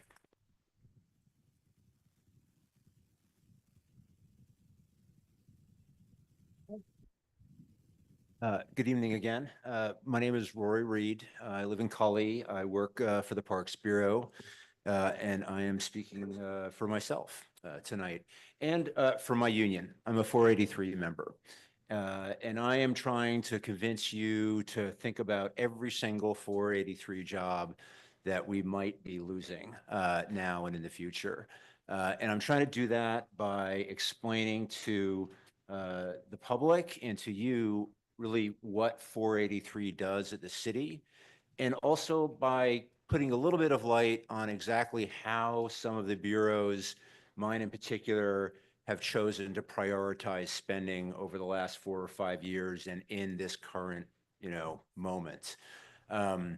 Park techs, utility workers, carpenters, rec laborers. These are the people that are, well, you've heard from some of them tonight. They are frontline. They are cleaning gutters, fixing doors, literally cleaning the bathrooms that we use in the parks. And I just wonder if people know that during the levy years, Parks Management hired a whopping 14 utility workers and is now proposing cutting 8. They hired a whopping 13 park techs, proposing cutting 3.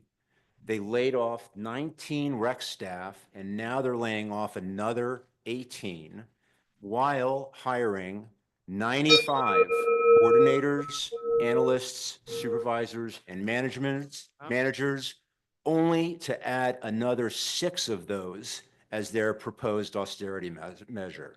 People are not going to fund the Bureau if they figure out what the Bureau's priorities really are.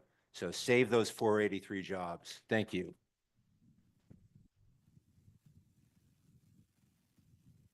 Hello. Hello. My name's Bridget Bayer, District 2. I live in the Bridgeton neighborhood. I'm the chair of the Bridgeton Neighborhood Association. I'm one of those do-gooders like you all. You're my hero, elected officials. You guys, great job. We activate the spaces in our community. We have events, we do cleanups, community gatherings. We pick up trash, we plant trees, we care for the small pieces of public lands all along our streets and neighborhoods. So I would like you all to please continue to support the neighborhood, community, and even the business associations by fully funding these organizations, especially the vital insurance for all of these events and the communication expenses. Secondly, need to fully fund Portland Street Response. Without the Portland Street Response teams, we wouldn't be able to improve our community spaces and live safely. The city is finally making headway on providing housing to those who are homeless, but the remaining people out on the street that I can see, and I am very connected every other week, Portland emergency management meetings, they're really hurting. Those people really need very careful attention, and the Portland police are not doing it. Portland Street Response has been very effective. Please consider these important 2 requests. Thank you.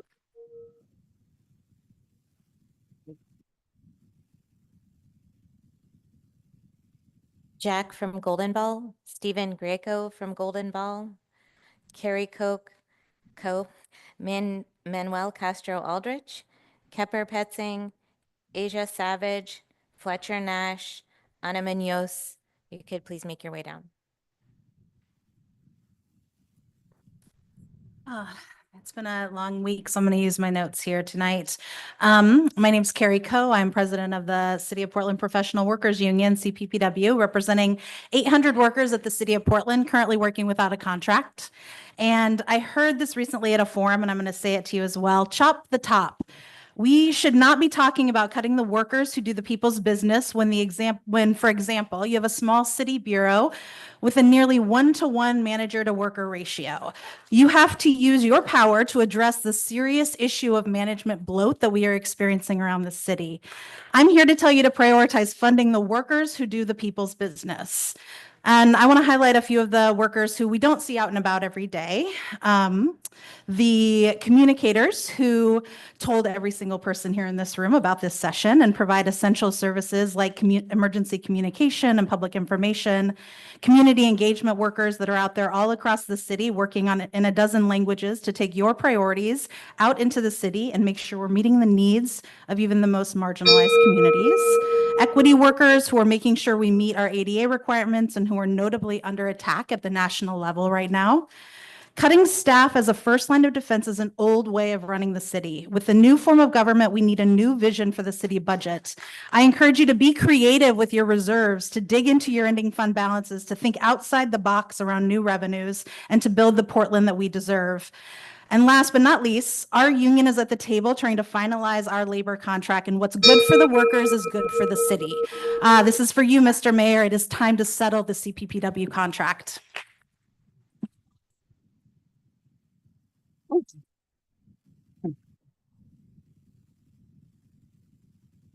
Good evening, Mayor Wilson, members of the Portland City Council, and community members. My name is Manuel Castro Aldrich, and for 5 years, I had the privilege of working at St. John's Community Center. But before that, I was a kid from this neighborhood and one who grew up relying on the programs that this center provides. I stand before you tonight, not just as a former employee, but as someone whose life was shaped by this very walls. I remember the after-school programs that gave me a safe place to be while my single mother worked late. I remember the summer camps where I built friendships that lasted a lifetime, and the mentors, people who believed in me, who guided me, and made sure I had opportunities beyond what my family could afford. The center didn't just serve me, it helped raise me. When I returned as an employee, it was more than just a job. It was a way to give back to the people who gave me so much. I worked alongside fellow counselors, many of whom were fellow college students. They weren't just staff. They were role models, and they weren't additional resources for academic support for many of the kids who are there.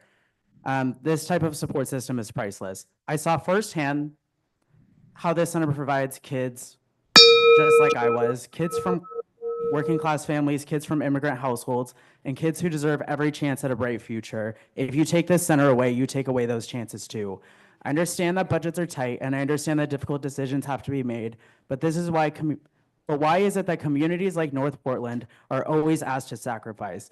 Why is it always the spaces that serve Black, brown, immigrant, and low-income families that are first on the chopping block?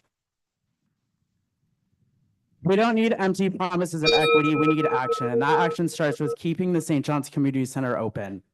But make no mistake, this program isn't just about the present, it's about the long-term value. It's about investing in a future for our kids where they are supported, uplifted, and given real opportunities to thrive. Thank you.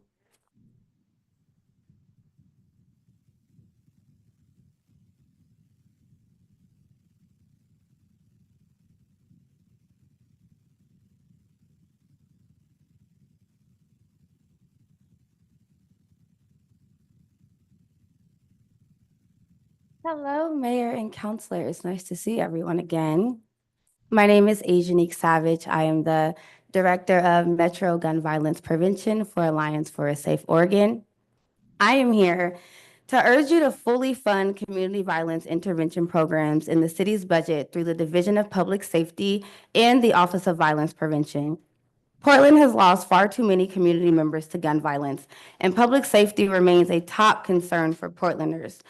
The city must fully fund CVI and commit to sustainable ongoing support for those most impacted, which are Black, Latino, and tribal communities. The city must oversee accountability in the Office of Violence Prevention, and also moving forward, the city must fully fund and support accountability and transparency within community violence intervention programs and grantees. I am a native to Portland District 2, 1997. I've lived in Oregon my whole life. I must say, I love the advocacy for parks and recreational centers. I grew up going to all these parks that are mentioned today, but I know that they are a vital piece of our communities. But what good are the parks going to do if everyone is dead from random stray bullets? I do not want to be in a park and be scared for my life at the same time. And also, a life is not equivalent to a park.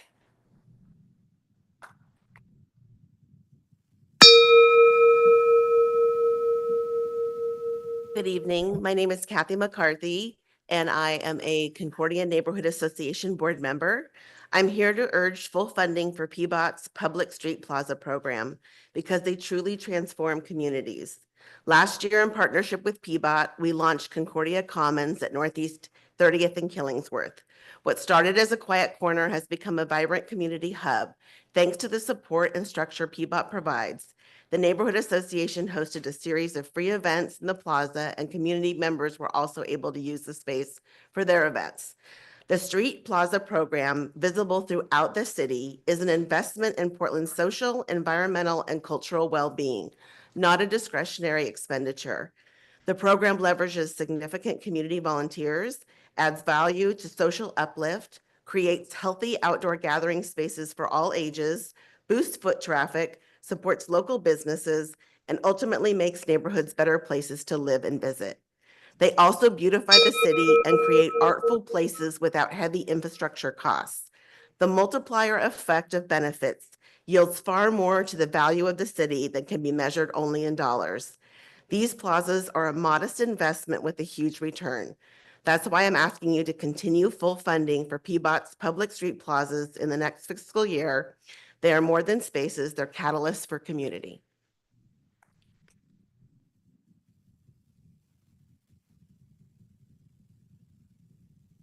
Good evening. Thank you for the opportunity. My name is Ana Munoz, and I'm Director of Community Defense at Latino Network. And I'm here to urge you to continue funding the diversity and civic leadership programs. Every year we experience drastic cuts in DCL funding. And yet again, here we are with risking 50% of our funding. I want you all to recognize that by cutting DCL funding, you are risking breaking our partnership, our collaboration, our mutual support, and most importantly, our trust in you, our city government. We are 5 community-based organizations running DCL programs. We are Latino Network, NEA, Unite Oregon, URCO, Urban League, and we serve in all 4 districts, but our concentration is in District 1 and 2. We serve the communities that traditionally have not been heard, considered, or included. Communities that are used to having resources taken away from them and not say anything. Our community members that have gone through our leadership programs have served, offering input for the city of Portland redistricting, supported us in educating our community about the city of Portland ranked choice voting, and they offer endless volunteer hours to improve our neighborhoods. So I urge you, Mayor Wilson and city councilors, the DCL leadership programs are fundamental to show commitment to the people of Portland and to consider their voices for positive change.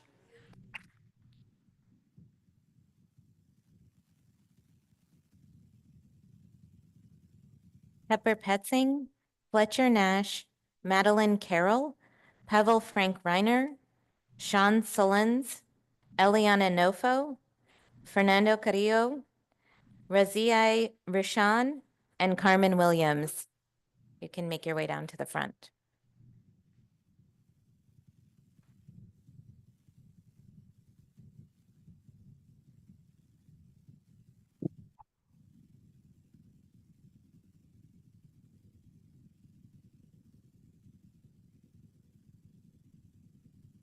Hello, my name is Madeline Carroll. I live in the Woodlawn neighborhood in District 2, and I'm here today with a group of people from the Portland chapter of Showing Up for Racial Justice.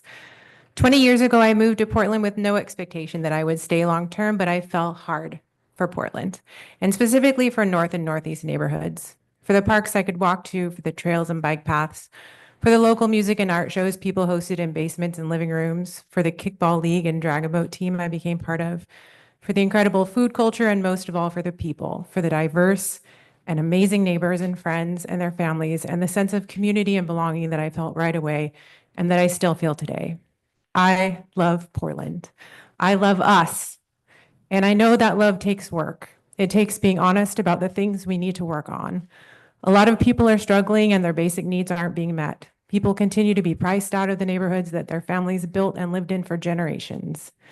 As a city, we are facing a lot of serious systemic problems and hard choices about how to create a budget that reflects our shared values. I'm here today to speak up for the city services that make the Portland I love possible. I support funding for parks and recreation, affordable housing, behavioral health care, and Portland Street Response. I support funding the programs that build community, keep kids and youth engaged, and prevent poverty and houselessness.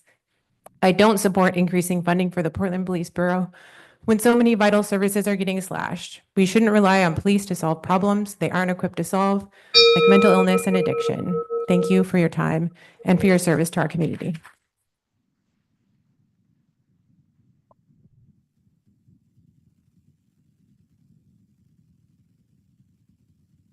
Thank you, counselors and staff, for being in the room tonight and listening to us. Thank you, Mayor. We've heard all night that we are talking about people's connection as currency. I'm a homeowner here in the Piedmont neighborhood.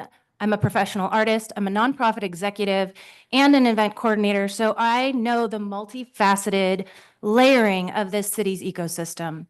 I'm here advocating for the Peninsula Park Center and many of the other centers around us and the services that we need. Rec center costs are budget dust line items to the overall city budget, but cutting them will cause the greatest harm, short and long term. Peninsula Center underwent massive pool and HVAC improvements recently. So if you plan to close it, that's a poor use of our public funds and mismanagement. Do not close our collective living room, as you've heard all night long. Facilities are used for sports, local outreach, youth, and senior programming. It goes without saying that regular, consistent foot traffic of these spaces keep our neighborhoods safe. The city keeps talking about crime, unemployment, houselessness, but pay attention to the sources of these late-stage symptoms. Centers are epicenters for employment of wide ranges of ages, program facilitators, maintenance staff, internal and external, and members of all abilities. Cutting rec center budget forces city staff out of their jobs, evicting the organizations that use the centers out of their space, causing downstream financial hardship with their programs and their staff, and as you've heard tonight, leaving youth without access and resources. All of these short-sighted actions are how these later issues are born. Stop pushing out our Thank you for your Portland time. culture. Can you say your name for the record? My name is Razier Roshan. Thanks.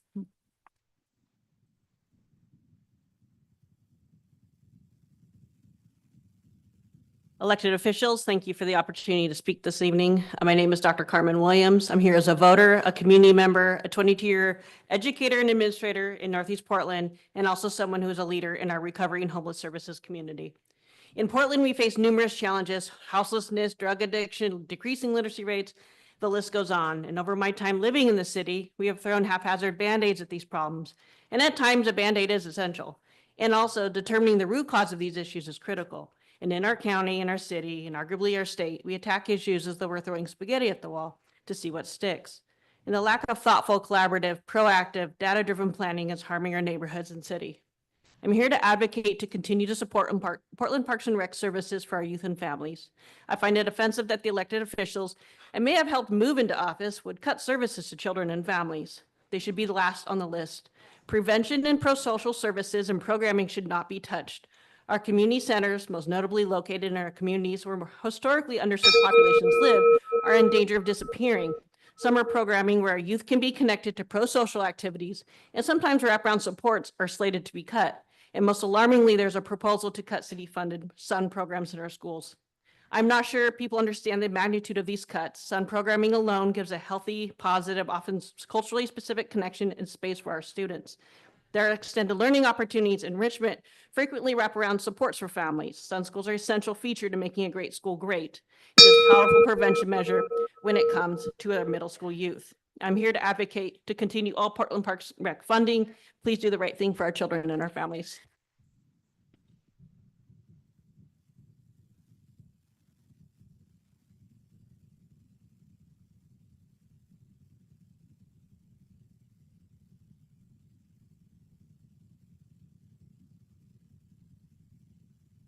Good evening. My name is Pavel Frank Reiner. I'm a member of CHAD.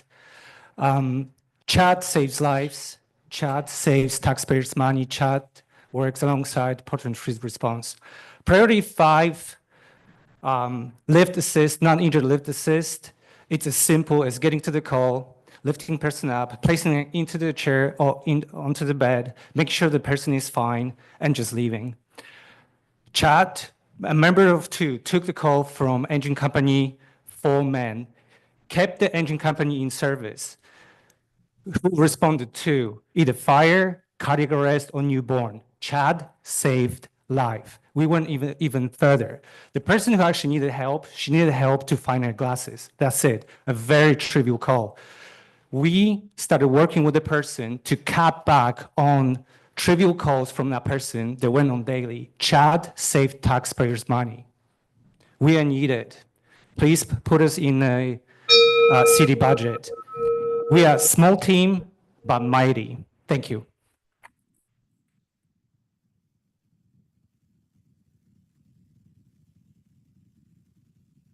Good evening. Is this on? Good evening. My name is Eliana Nafo, and I am a disability, climate, and transit advocate. As a commuter, I frequently witness reckless driving and illegally parked vehicles, but the current reporting system makes it an extensive hassle, almost impossible to report them. Drivers frequently do not obey the rules of the road, which puts myself and others in danger. I have been hit and had near misses with cars and trucks while I was obeying the rules of the road. I and other cyclists are more focused on avoiding injury and preserving our lives than memorizing all the details currently required for reporting such an incident. I propose a new system which would allow pedestrians, cyclists, micromobility users, and other drivers to send in photographic or video evidence of poor driving and parking so the city may send out fines. Los Angeles has recently rolled out a camera system which does this on 2 of their 120 bus lines and has since acquired $1.6 million for the city in only 1 month. I propose we use a similar system on our TriMet transit system to make these routes safer and more efficient for users. 58 people were killed in Portland last year in car crashes. Car smog and noise pollution makes our residents sick. Car-dependent infrastructure is the most cost and efficient form of travel and the predominant cause of climate change. There are people in our community who are too young, poor, and disabled to drive. Please support this effort to lessen our budget shortfall and help keep our communities safe and healthy.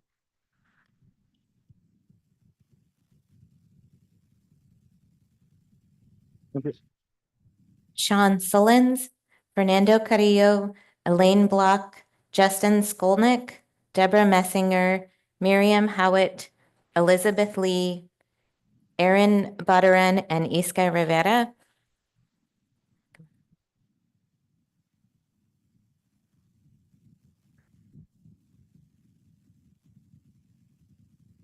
Go ahead. Hi, my name's Elaine Block. I am a 22-year resident of the Piedmont neighborhood, homeowner and taxpayer. And I'm also recently retired from a over 34-year career with the federal government.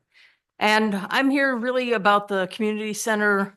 I grew up an avid swimmer. My entire career, I swam on my lunch breaks at the Dishman Center, and I really look forward to swimming at Peninsular Park in the summer. And it's a great outdoor pool that just recently, as somebody else mentioned, had quite a huge investment in improvements. And now that I'm finally retired, I can finally swim at the later session when there's not 4 people in a lane. And it's really disappointing to hear that that's one of the community centers that might get cut. So I guess I'm here to represent some of the seniors that in the community that really haven't been here speaking up as much as some of the other things, but I support all those other things too. Thanks.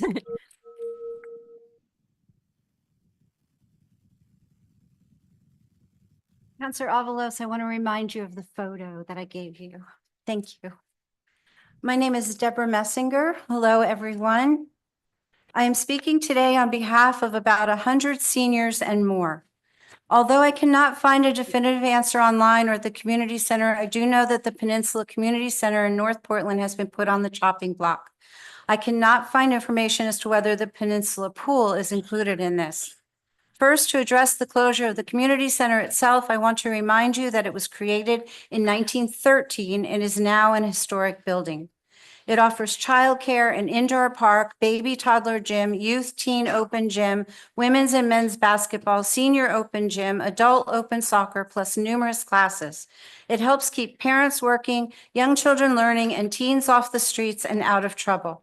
It creates community for everyone who walks through the door and has far-reaching effects into the neighborhood.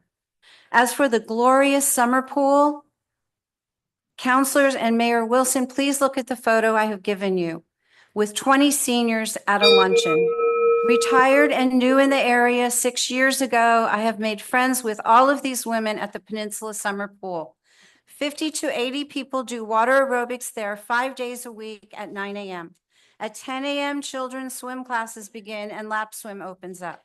There are usually 15 to 20 kids, 4 to 5 teachers, and 15 parents. There are 8 to 10 people lap swimming, and that is just the first 2 hours of the day.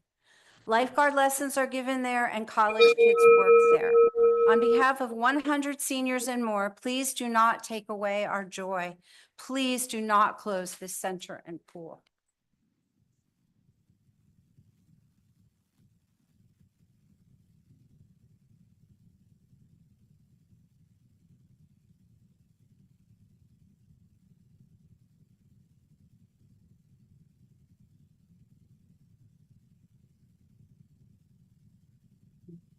Hello, my name is Elizabeth Lee, and I use she, her pronouns. I am a resident of District 2, and Peninsula Park is my family's park. I am a city employee at the Bureau of Environmental Services, and I'm also a CPPW member. I came here to share that during the pandemic, I made a career leap of faith, switching industries. I am proud to work for the city, especially one of the Bureau's most deeply invested in environmental stewardship. Trained as a research psychologist, I get to work on city projects that combine my data skills with my people skills. I help my service area and Bureau leadership organize their plans, decision-making, and data so that we can hold ourselves accountable to the public. I translate ambitious, much-needed programs, policies, and plans into the nuts and bolts to communicate broadly on what's changing and why. I care deeply about ensuring projects are designed with broad input from the public and staff. I go beyond my job duties and am excited to help support our professional development program and getting ready to teach staff a course on emotional intelligence, which goes back to my research expertise. I ask you to consider the cost when staff who are responsible for core operations such as communications and community engagement are hindered in their work serving Portlanders. Please settle CPPW's contract. We need these colleagues to uplift Portland's path towards stability and recovery. Thank you.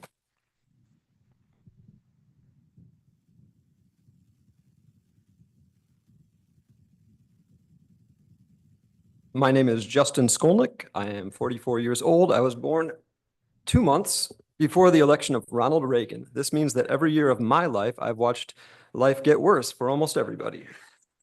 I've seen austerity budgets. I know all about belt tightening and tough choices. This is getting old. I got 3 things. First, please stop begging corporations to come be the city's BFF. They can't. Legally, they can't love us and our communities more than they love their shareholders. We got to stop pretending we don't know this. Tax the rich. Please stop giving them our money.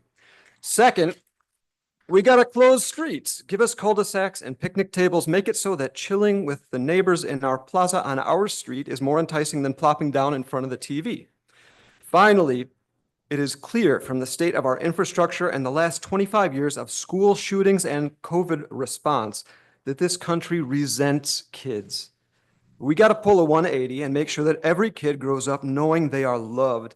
Not only do we need parks and rec centers and bike lanes, protected bike lanes, and way, way better public transit, it's time we got it through our heads that if we keep playing like somebody's got to lose for any of us to win, then life keeps getting worse for everybody. Let's close the book on Portland's era of neoliberalism. We gave it a try. It's time for something different, something less global capital, something more Portland, something more local, something much more colorful. Thank you.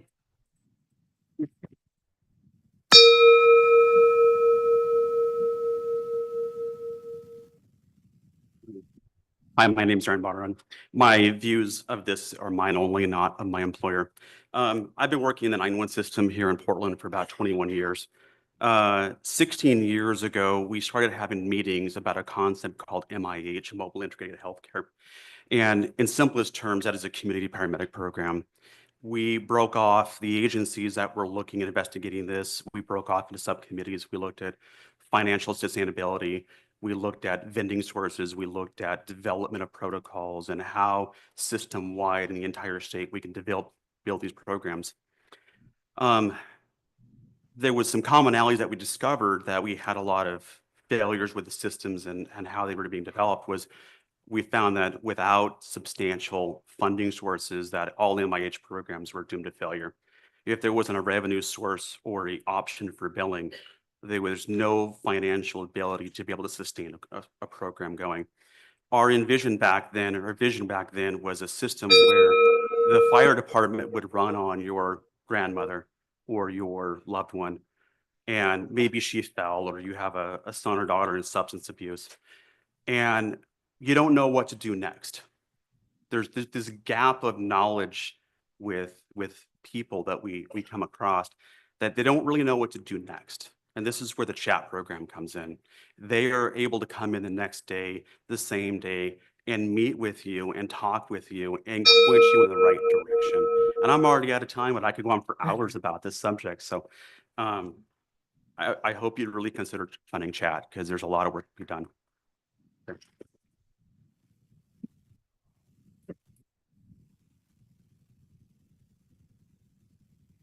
Miriam Howitt, Sean Sullins, Fernando Carrillo, Iska Rivera, Donna Mullis, Alec Nissinian, Ashley Murray, Elizabeth Milner, Katie Ridgway, and Lori King. Hi, my name is Iska Rivera.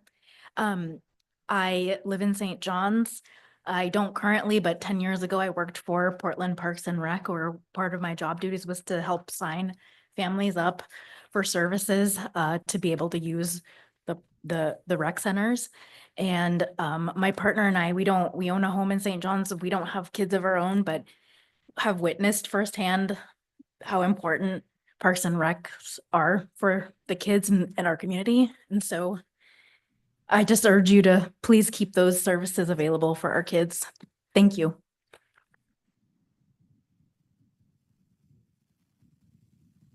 Thank you for allowing us to speak today. Honorable City Council members and school administration, I know you have a stressful task ahead, and I appreciate your time. My name is Alex Nisanyan, though everyone calls me Sunny.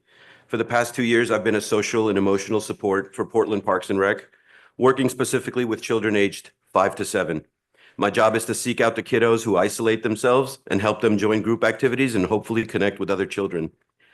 I do this with the great training you provided me and my backpack full of fidgets and toys. I've worked at multiple community centers here in Portland, including the state-of-the-art Charles Jordan Center. Yet, when given a choice among equally accessible locations, I chose St. John's. Why? Because there's a certain magic there that can't be measured. The entire place is pretty much 5 rooms for the children. It's only 10 steps from the auditorium to the gym. From the gym exit, it's 10 steps to the main classroom. Then from there, it's just 10 steps outside to an expansive field. If a kiddo hasn't had enough to eat that day or forgot their snack, I can find something from the communal fridge, which is pretty much 10 steps to every room where the children eat. Everything feels accessible, warm, inviting, and it reminds me of the schools from my childhood in the 80s where core memories were crafted. A lot of the parents that are here, most of whom I've had the pleasure of meeting, have also crafted their core memories at St. John's. Let's take the little moments that make those core memories. I've seen ducks that wander onto the front lawn looking for scattered goldfish crackers after the kids have had their summer lunch. The children freeze and are completely mesmerized and captivated for that moment, observing the ducks respectfully from a distance. There's Ella, a name the kids gave the biggest tree in the field, where it's tradition to bury 2 pine cones at Ella's feet at the beginning of the term for good luck. Thank you. These are core memories to be saved. Thank you for consideration.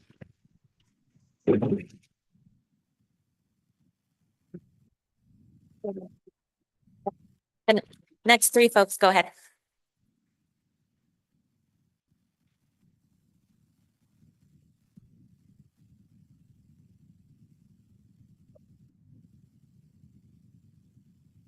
Greetings, council members and Mayor Wilson. My name is Elizabeth Milner. I'm a resident of District 4, a parent of a former Golden Baller, vice president of my neighborhood association, and the community engagement and development director at the Sellwood Community House. 6 years ago, I attended a very similar series of budget hearings. Then, as now, parents, including myself, children, coaches, and volunteers pleaded to keep our community centers and community programs open. That year, 3 centers were cut, the Sellwood, Fulton, and Hillside centers. Sellwood Community House, now in its 6th year as a nonprofit, serves thousands of Portlanders each year and will reintroduce free summer recreation in Sellwood Park, which was once done in every park in Portland. It's heartbreaking to think of all the missed opportunities brought on by the closures of those other centers. The difference I hope I see between 2019 and today is a willingness on the part of the council and the mayor to be creative and think outside the box, because the answer to our problems can't be cutting community centers, youth sports, and support for neighborhoods.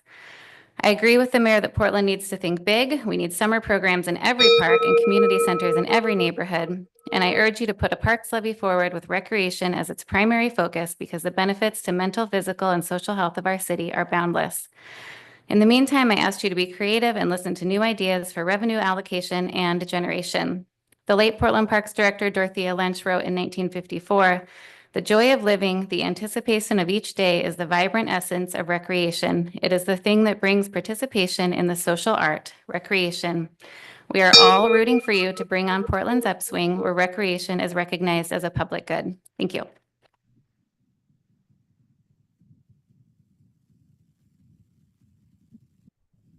Good evening, council members and Mayor Wilson. My name's Ashley Murray. I'm the Executive Director of the Sellwood Community House. This evening, I'm speaking as a District 4 neighbor, dreamer of beautiful possibilities for our city. I urge you to take a step back and consider this. When we frame decisions as either or, we close the door to creativity and we limit our potential. Portland is a city built on creativity. It's in our DNA. 5 years ago, the Sellwood Community House was closed due to a $30,000 budget deficit. The nonprofit Friends of Sellwood Community House opened right after, and although we are often seen as an example of a success story, this success story could have been that of the city of Portland. This is an example that the problem wasn't a $30,000 deficit. It was about the lack of creative problem solving, reimagining what was possible. It's a story of using our assets wisely, looking where people are struggling, doing the next thing to address that, and then repeat. What we need is to take the resources at our disposal, our community centers, our public spaces, our possibility for recreation, and transform the city for all Portlanders.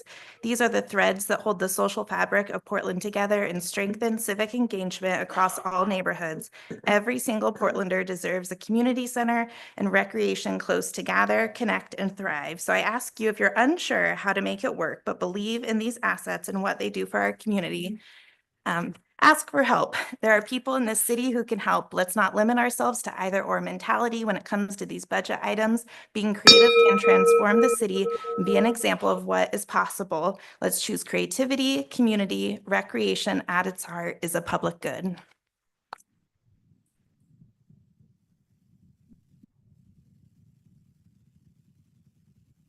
Hello, council members and Mayor Wilson. My name is Katie Ridgway. I am a clinical social worker and a former resident of District 2.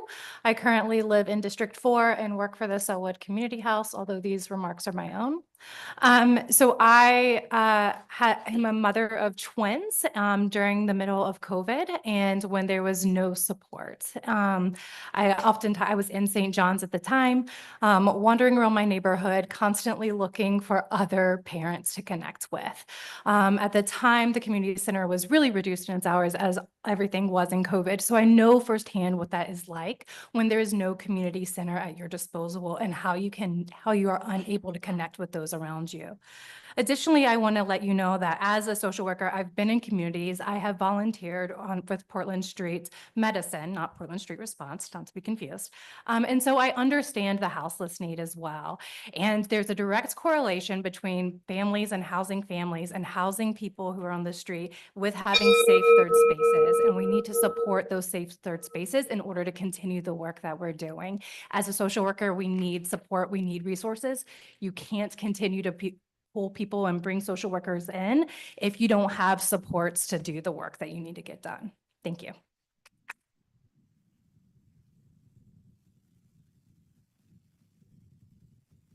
Miriam Howitt, Donna Mullis, Lori King, Katie Beaver Campos, Chad Saunders, Huntley Morrison, Laura Rainberry, Caitlin Old, and Melissa Fritz.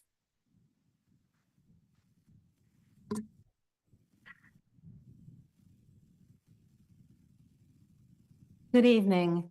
I'm Lori King, and I have lived in St. John since 1975 and love it. I have 3 ideas I'd like to give tonight about how the budget can be balanced in a just manner. 3 of many ideas. First, implement tax strategies that tax the wealthy. For instance, slightly increase the city's inequality tax on very highly paid CEOs.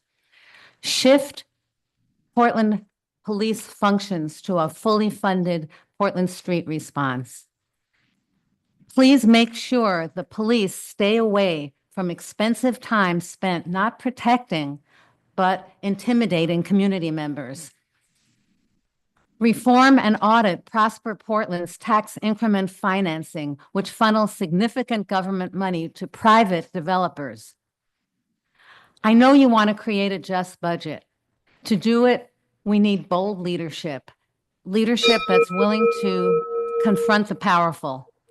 Build up revenue from those that have it, and keep and enhance what the working people of Portland need to survive and to thrive. Remember that PCEF, Portland Clean Energy Fund, passed in Portland by 66% because it does good things by taxing those that have it. Please stand up to the powerful and help the ordinary working people of Portland. Thank you.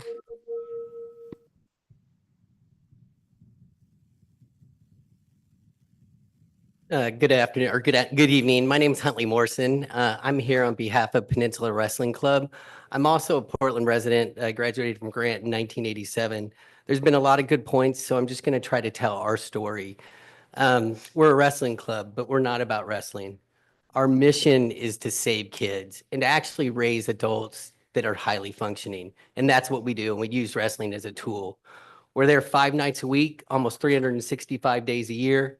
The kids that we want are the kids that are in trauma, the kids that are in trouble in school. I was one of those kids. I attended Peninsula when I was 14. And when I had children, I came back and I started volunteering with Coach Pittman. That was the lesson that he taught me, was to come back and lift people up. But Peninsula did save my life. And it has saved thousands and thousands of kids' life. You guys know Coach Roy.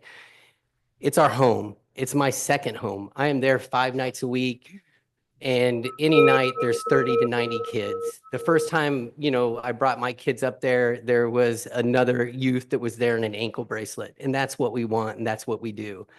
We're going to make Chief Day really, really more busy if we shut down programs like Peninsula Wrestling Club. And some of our greatest city leaders have come out of that club. Hyde Brown, is doing great work for you guys. I mean, there's just so many of us. But I just really want you to know that if you knew these kids, and it's just every night, we're feeding kids, we're helping kids that are there.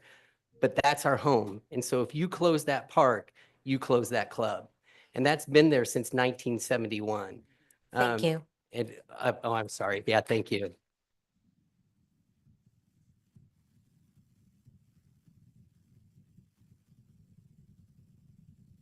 Donna Mullis, Katie Beaver Campos, Chad Saunders, Laura Rainberry, Caitlin Old, Melissa Fritz. Hi, my name is Katie. Thank you, City Council and District 2 for taking the time to listen to your community speak their truth. I come tonight as a mother of 2 kids who have grown up in our centers and are still growing up in our centers. I also come as an educator for Portland Parks and Rec, who is currently teaching at Montavilla, has taught at St. John's and primarily at Peninsula Park for 14 years. Our centers allow young families to start their community, a place to make connection during some of the most vulnerable years of being a parent, like that first family who spoke tonight said. I have seen firsthand friendships that have blossomed and are still going strong 10 plus years later. My oldest preschool kids, I think, are now currently in high school. People come into our center looking for all sorts of resources and on all walks of life. A new family in the neighborhood looking to build community, a grandparent that's looking to stay active, a houseless neighbor looking to use the restroom or charge their phone, a teen looking to shoot hoops, an adult looking for a class that is affordable in hopes that they might meet a new friend, kids trying new sports for the first time, like Golden Ball. Every day, our community centers bring in people. These people really need these spaces. For many, including myself and my kids, these spaces and activities better our mental health and our physical health. They bring joy and a sense of safety. Our centers are a foundation to healthy communities. Please consider not closing one of those centers. Don't close any of them. Thank you. Thank you. Good evening, council members, Mayor Wilson, and the members of the community.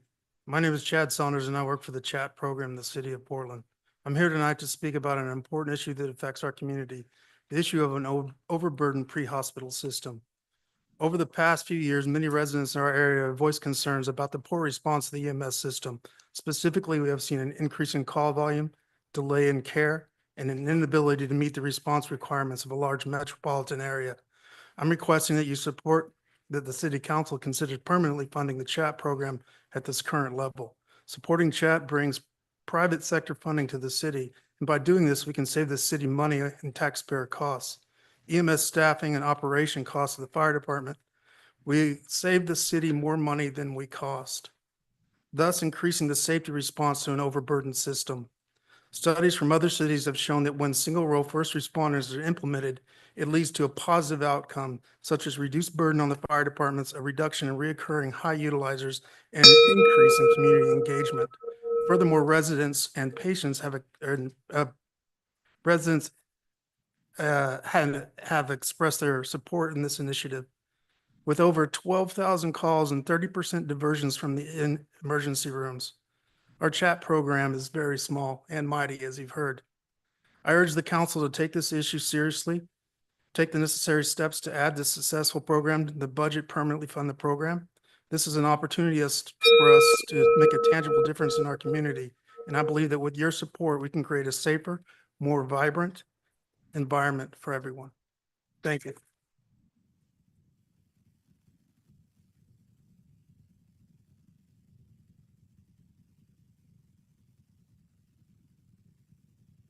Hello.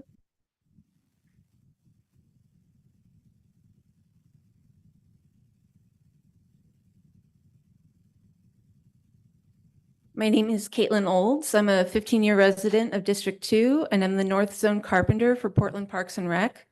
I'm here as a community member, not as a parks representative. In addition to asserting that there is no parks and recreation without recreation, I'd like to raise the following concern. The proposed budget cuts are going to deeply hurt the progress the city has made to diversify its in-field workforce. The latest data points to apprenticeships and skills training programs as the most effective way to meet workplace DEI goals. The Portland Parks Carpenters have been working for years to create 2 apprenticeship positions, which were cut shortly before launch earlier this year due to city budget concerns. Last October, I attended the Northwest Public Employees Diversity Conference, where I learned that workplace cultures and performance outcomes improve significantly when the work group becomes 30% diverse. My work group hit 30% last year for the first time. Layoffs would greatly impact the diversity of our teams, as non-traditional employees also tend to have the least seniority. Instead of shutting down centers and cutting services to working families in blue-collar neighborhoods, please give us the opportunity to furlough to save our jobs and our vital community programs.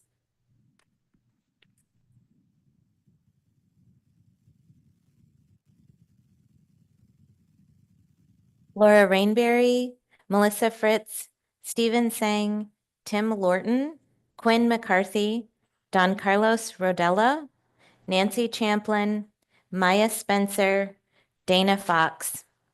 Can make your way down to the front.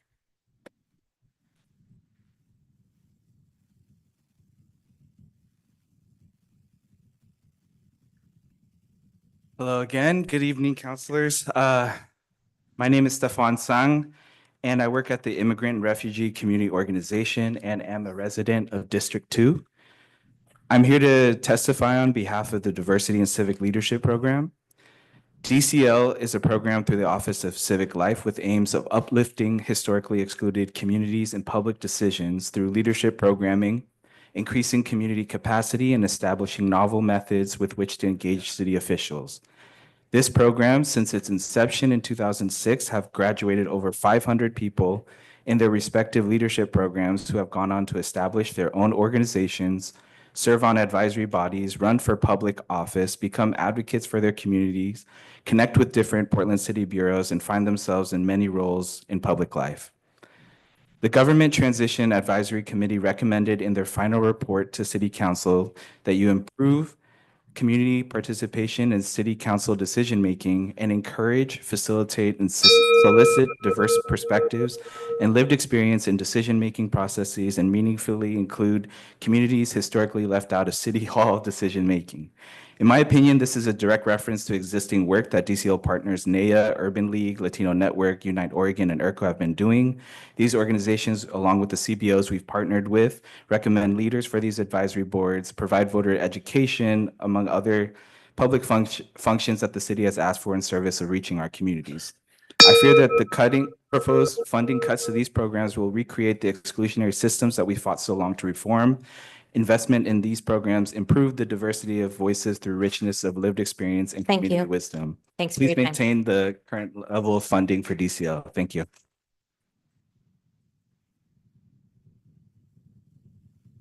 Good evening, everybody. My name is Maya Spencer. I've been a District 2 resident for the past 17 years in the Woodlawn neighborhood.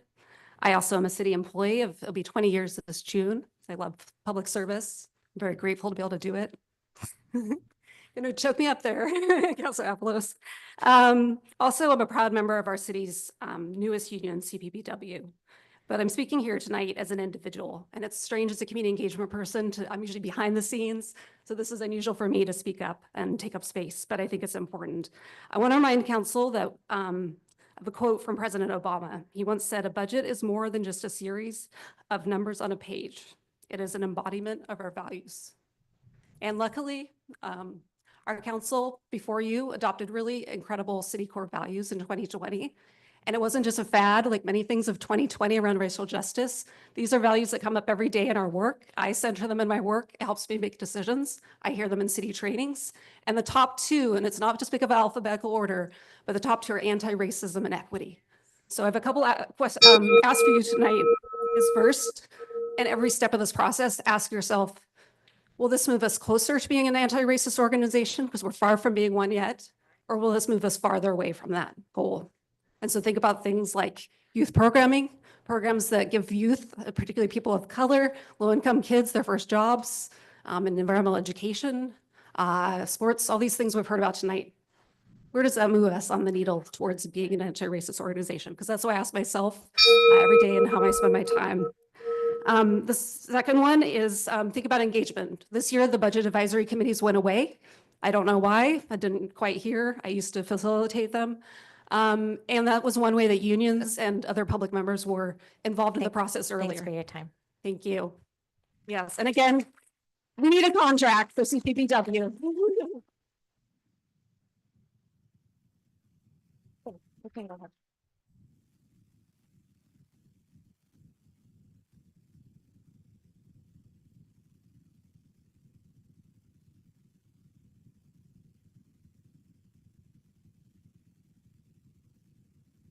And go ahead.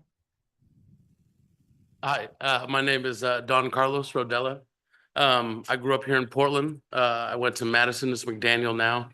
I grew up going to the parks in the summer. I'm here to speak about the parks as a representative of Peninsula Wrestling Club. Coach Roy Pittman's been there for over 50 years.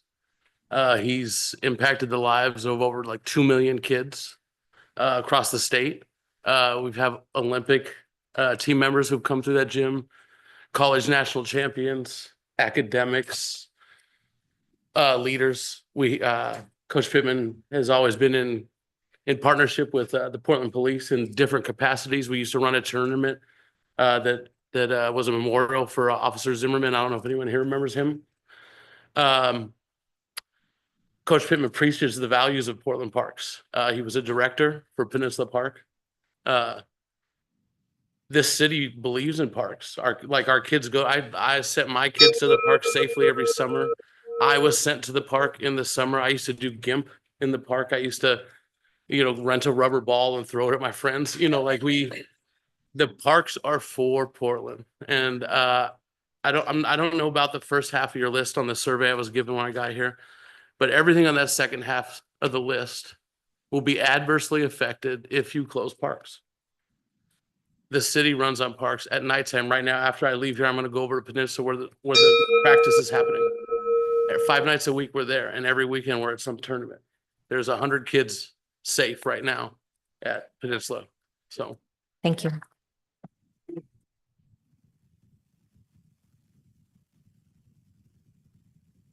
Good evening, Mayor Wilson and city councilors. Thank you for your time. I'm Nancy Champlin, the Executive Director of the nonprofit, nonpartisan Southeast Uplift District 3 Coalition. Through the last 2 listening sessions, I urge you to protect the base funding and the insurance that allows the neighborhood program and the Office of Community and Civic Life to serve as a vital and long-standing piece of Portland's civic engagement infrastructure. Tonight, I want to draw your attention to the third way that this program is facing cuts, the elimination of the beloved Community Small Grants Program. The Community Small Grants Program provides very small grants for big ideas in all corners of our city, and most often for the projects that support our most vulnerable neighbors. Projects that do things like this: develop home gardens for immigrant and low-income families, host workshops that reduced youth suicide rates, provide showers and hygiene necessities for folks living on the streets, painting a street mural to improve safety in a neighborhood greenway, establish a soccer league for queer and trans adults, host a marketplace for Indigenous artists and entrepreneurs, and develop teen leaders to run civic events for their high school communities. These are just a few examples of the many ways that the Community Small Grants Program exemplifies what makes Portland the special place that it is: people who care deeply about their community. And through these grants, and though they are small, they make a huge impact that is felt long after the project ends. So please save the Community Small Grants Program at Civic Life. Thank you.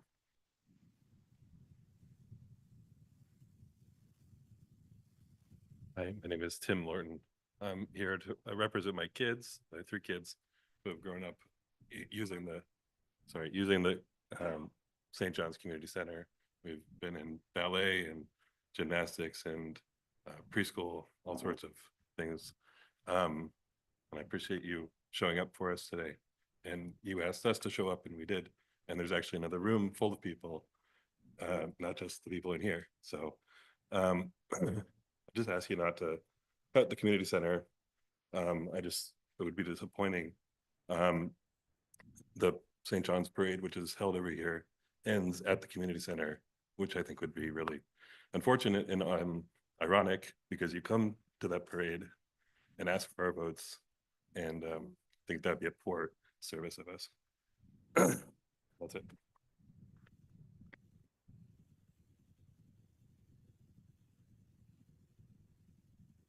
Laura Rainberry, Melissa Fritz, Quinn McCarthy, Dana Fox, Kara Holgren, Marissa Caldwell, Marianne Schwab.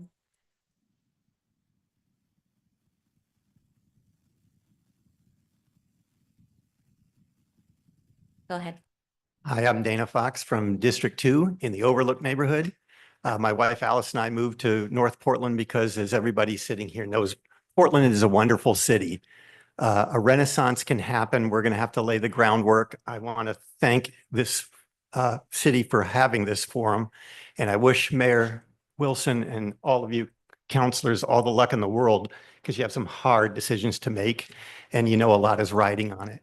But I wish to say that when we're talking about this, and I want to say what brought me to this meeting is the cutting of the Peninsula Community Center, which is a terrible idea, but so many have spoken on that. I don't want to belabor, but I do want to say that the next time we have a survey of things to cut, let's get some citizen input on how to raise revenue or what to cut in overhead. We need not to cut things to the bone. We can't cut the bone. We can always add the muscle and fat as money comes back, but we can't cut out things that can't be replaced, like the pools and the community services. So also I want to talk about one idea to raise revenue, red light cameras. I was hit at Marine Drive and the bike path by an automobile that ran a red light. This is a way to raise revenue and promote safety at the same time. There's probably people in this city who have many other ideas to raise revenue, but safety can be promoted with red light cameras. Whatever we do, let's keep the citizens, the young citizens, the children, and those in poorer neighborhoods in mind, because the city has to work for us all, but especially the most vulnerable. And lastly, I'd like to say thank you for the Portland street response. It's a tremendous idea and needs to be fully funded. The police have their hands full with many, many things, and they are actually understaffed. But the Portland street response is a much better way to deal with those who are addicted and those who are homeless. Thank you.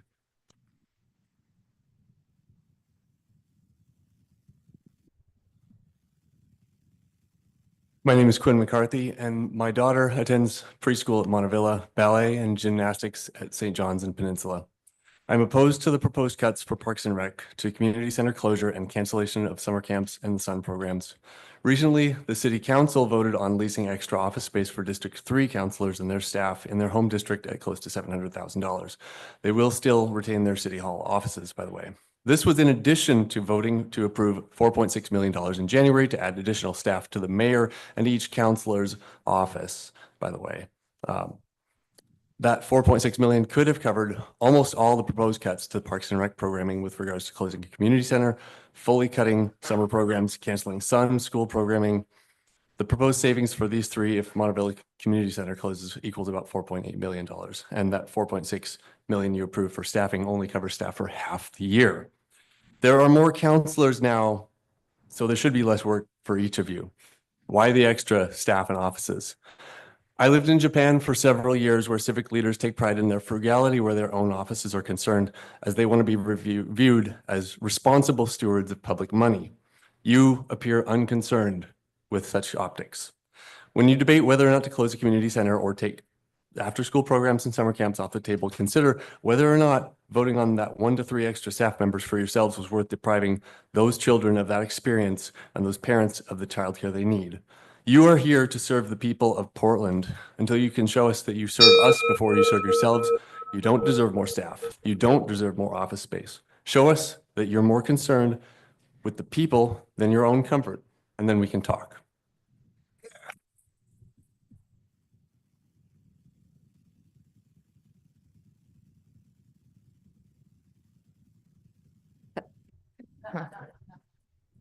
You all heard that. My name is Marianne Schwab. I've lived in the Sunnyside neighborhood since 1971. I'm now 81 and I've got a little eye problem here, so bear with me as I go through this. I think what we need to do is go back to the beginning. This is a homework for everybody here. We all have a voice, but we need to be updated to where the history is. My concern is so many new people have moved to Portland. It's a great city. I love it, especially when somebody comes to council with roses on his desk. And we can put that back. We were the city of roses. And it's not the city of roses anymore. When I walk by my block and somebody's hiding out of the wind, and you talked about the rescue people coming, they finally moved that tent. That person was so obnoxious. And we don't need to cut that program. But let's go back to the beginning. November 2019, the Office of Community and Civic Life. You can find a copy online by just going to the archives. And I'm so thrilled you were all invited to tour that location. You were hardly put your shoes on and she had you right there. And I don't know how many even took the time to read Sunnyside Neighborhood Association, the trolleys, the cows, the cattle's up on all that history. We have more history ahead of us if we pay closer attention to our children. I've listened again and again to coaches and their kids in uniform, so fearful. We shouldn't have kids being fearful going to school. My kids went out, we picked strawberries, and now here's a school and an after-school program, and they had a theater. There must have been well over 100 people, and I can't tell you how many Thank kids you. were concerned on the after-school program. Thank you for your time. I'm not finished. I can hardly read this. But I we're- want we're at everybo- time. Thank I- you. Okay. Go read the B newspaper, what they're doing to your. Thank you. You're at time. Park. Thank you. Well, so much for trying to tell you to put the Constitution on the list. You all have a copy because I made sure you got one.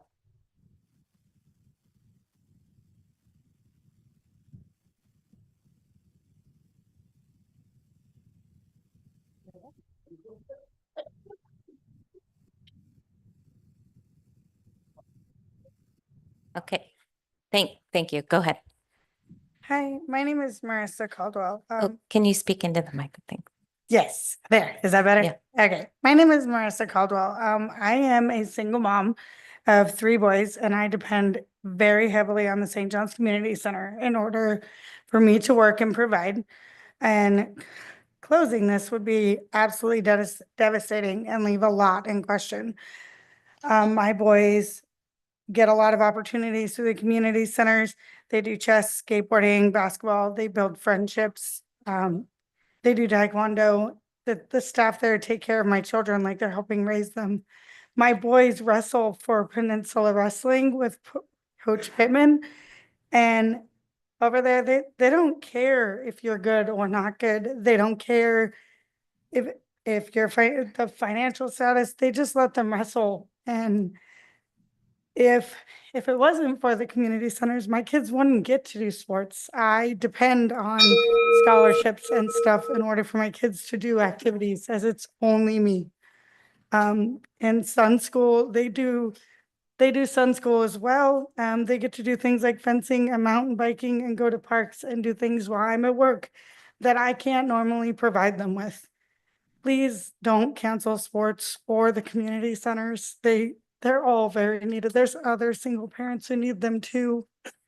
Thank you.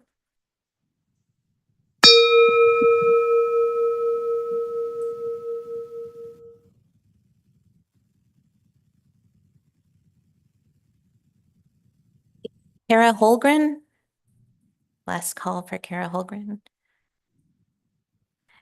And with that, we are a little over 8:30. I want to thank you all for taking the time to come and share your thoughts with City Council and the mayor, and have a good evening.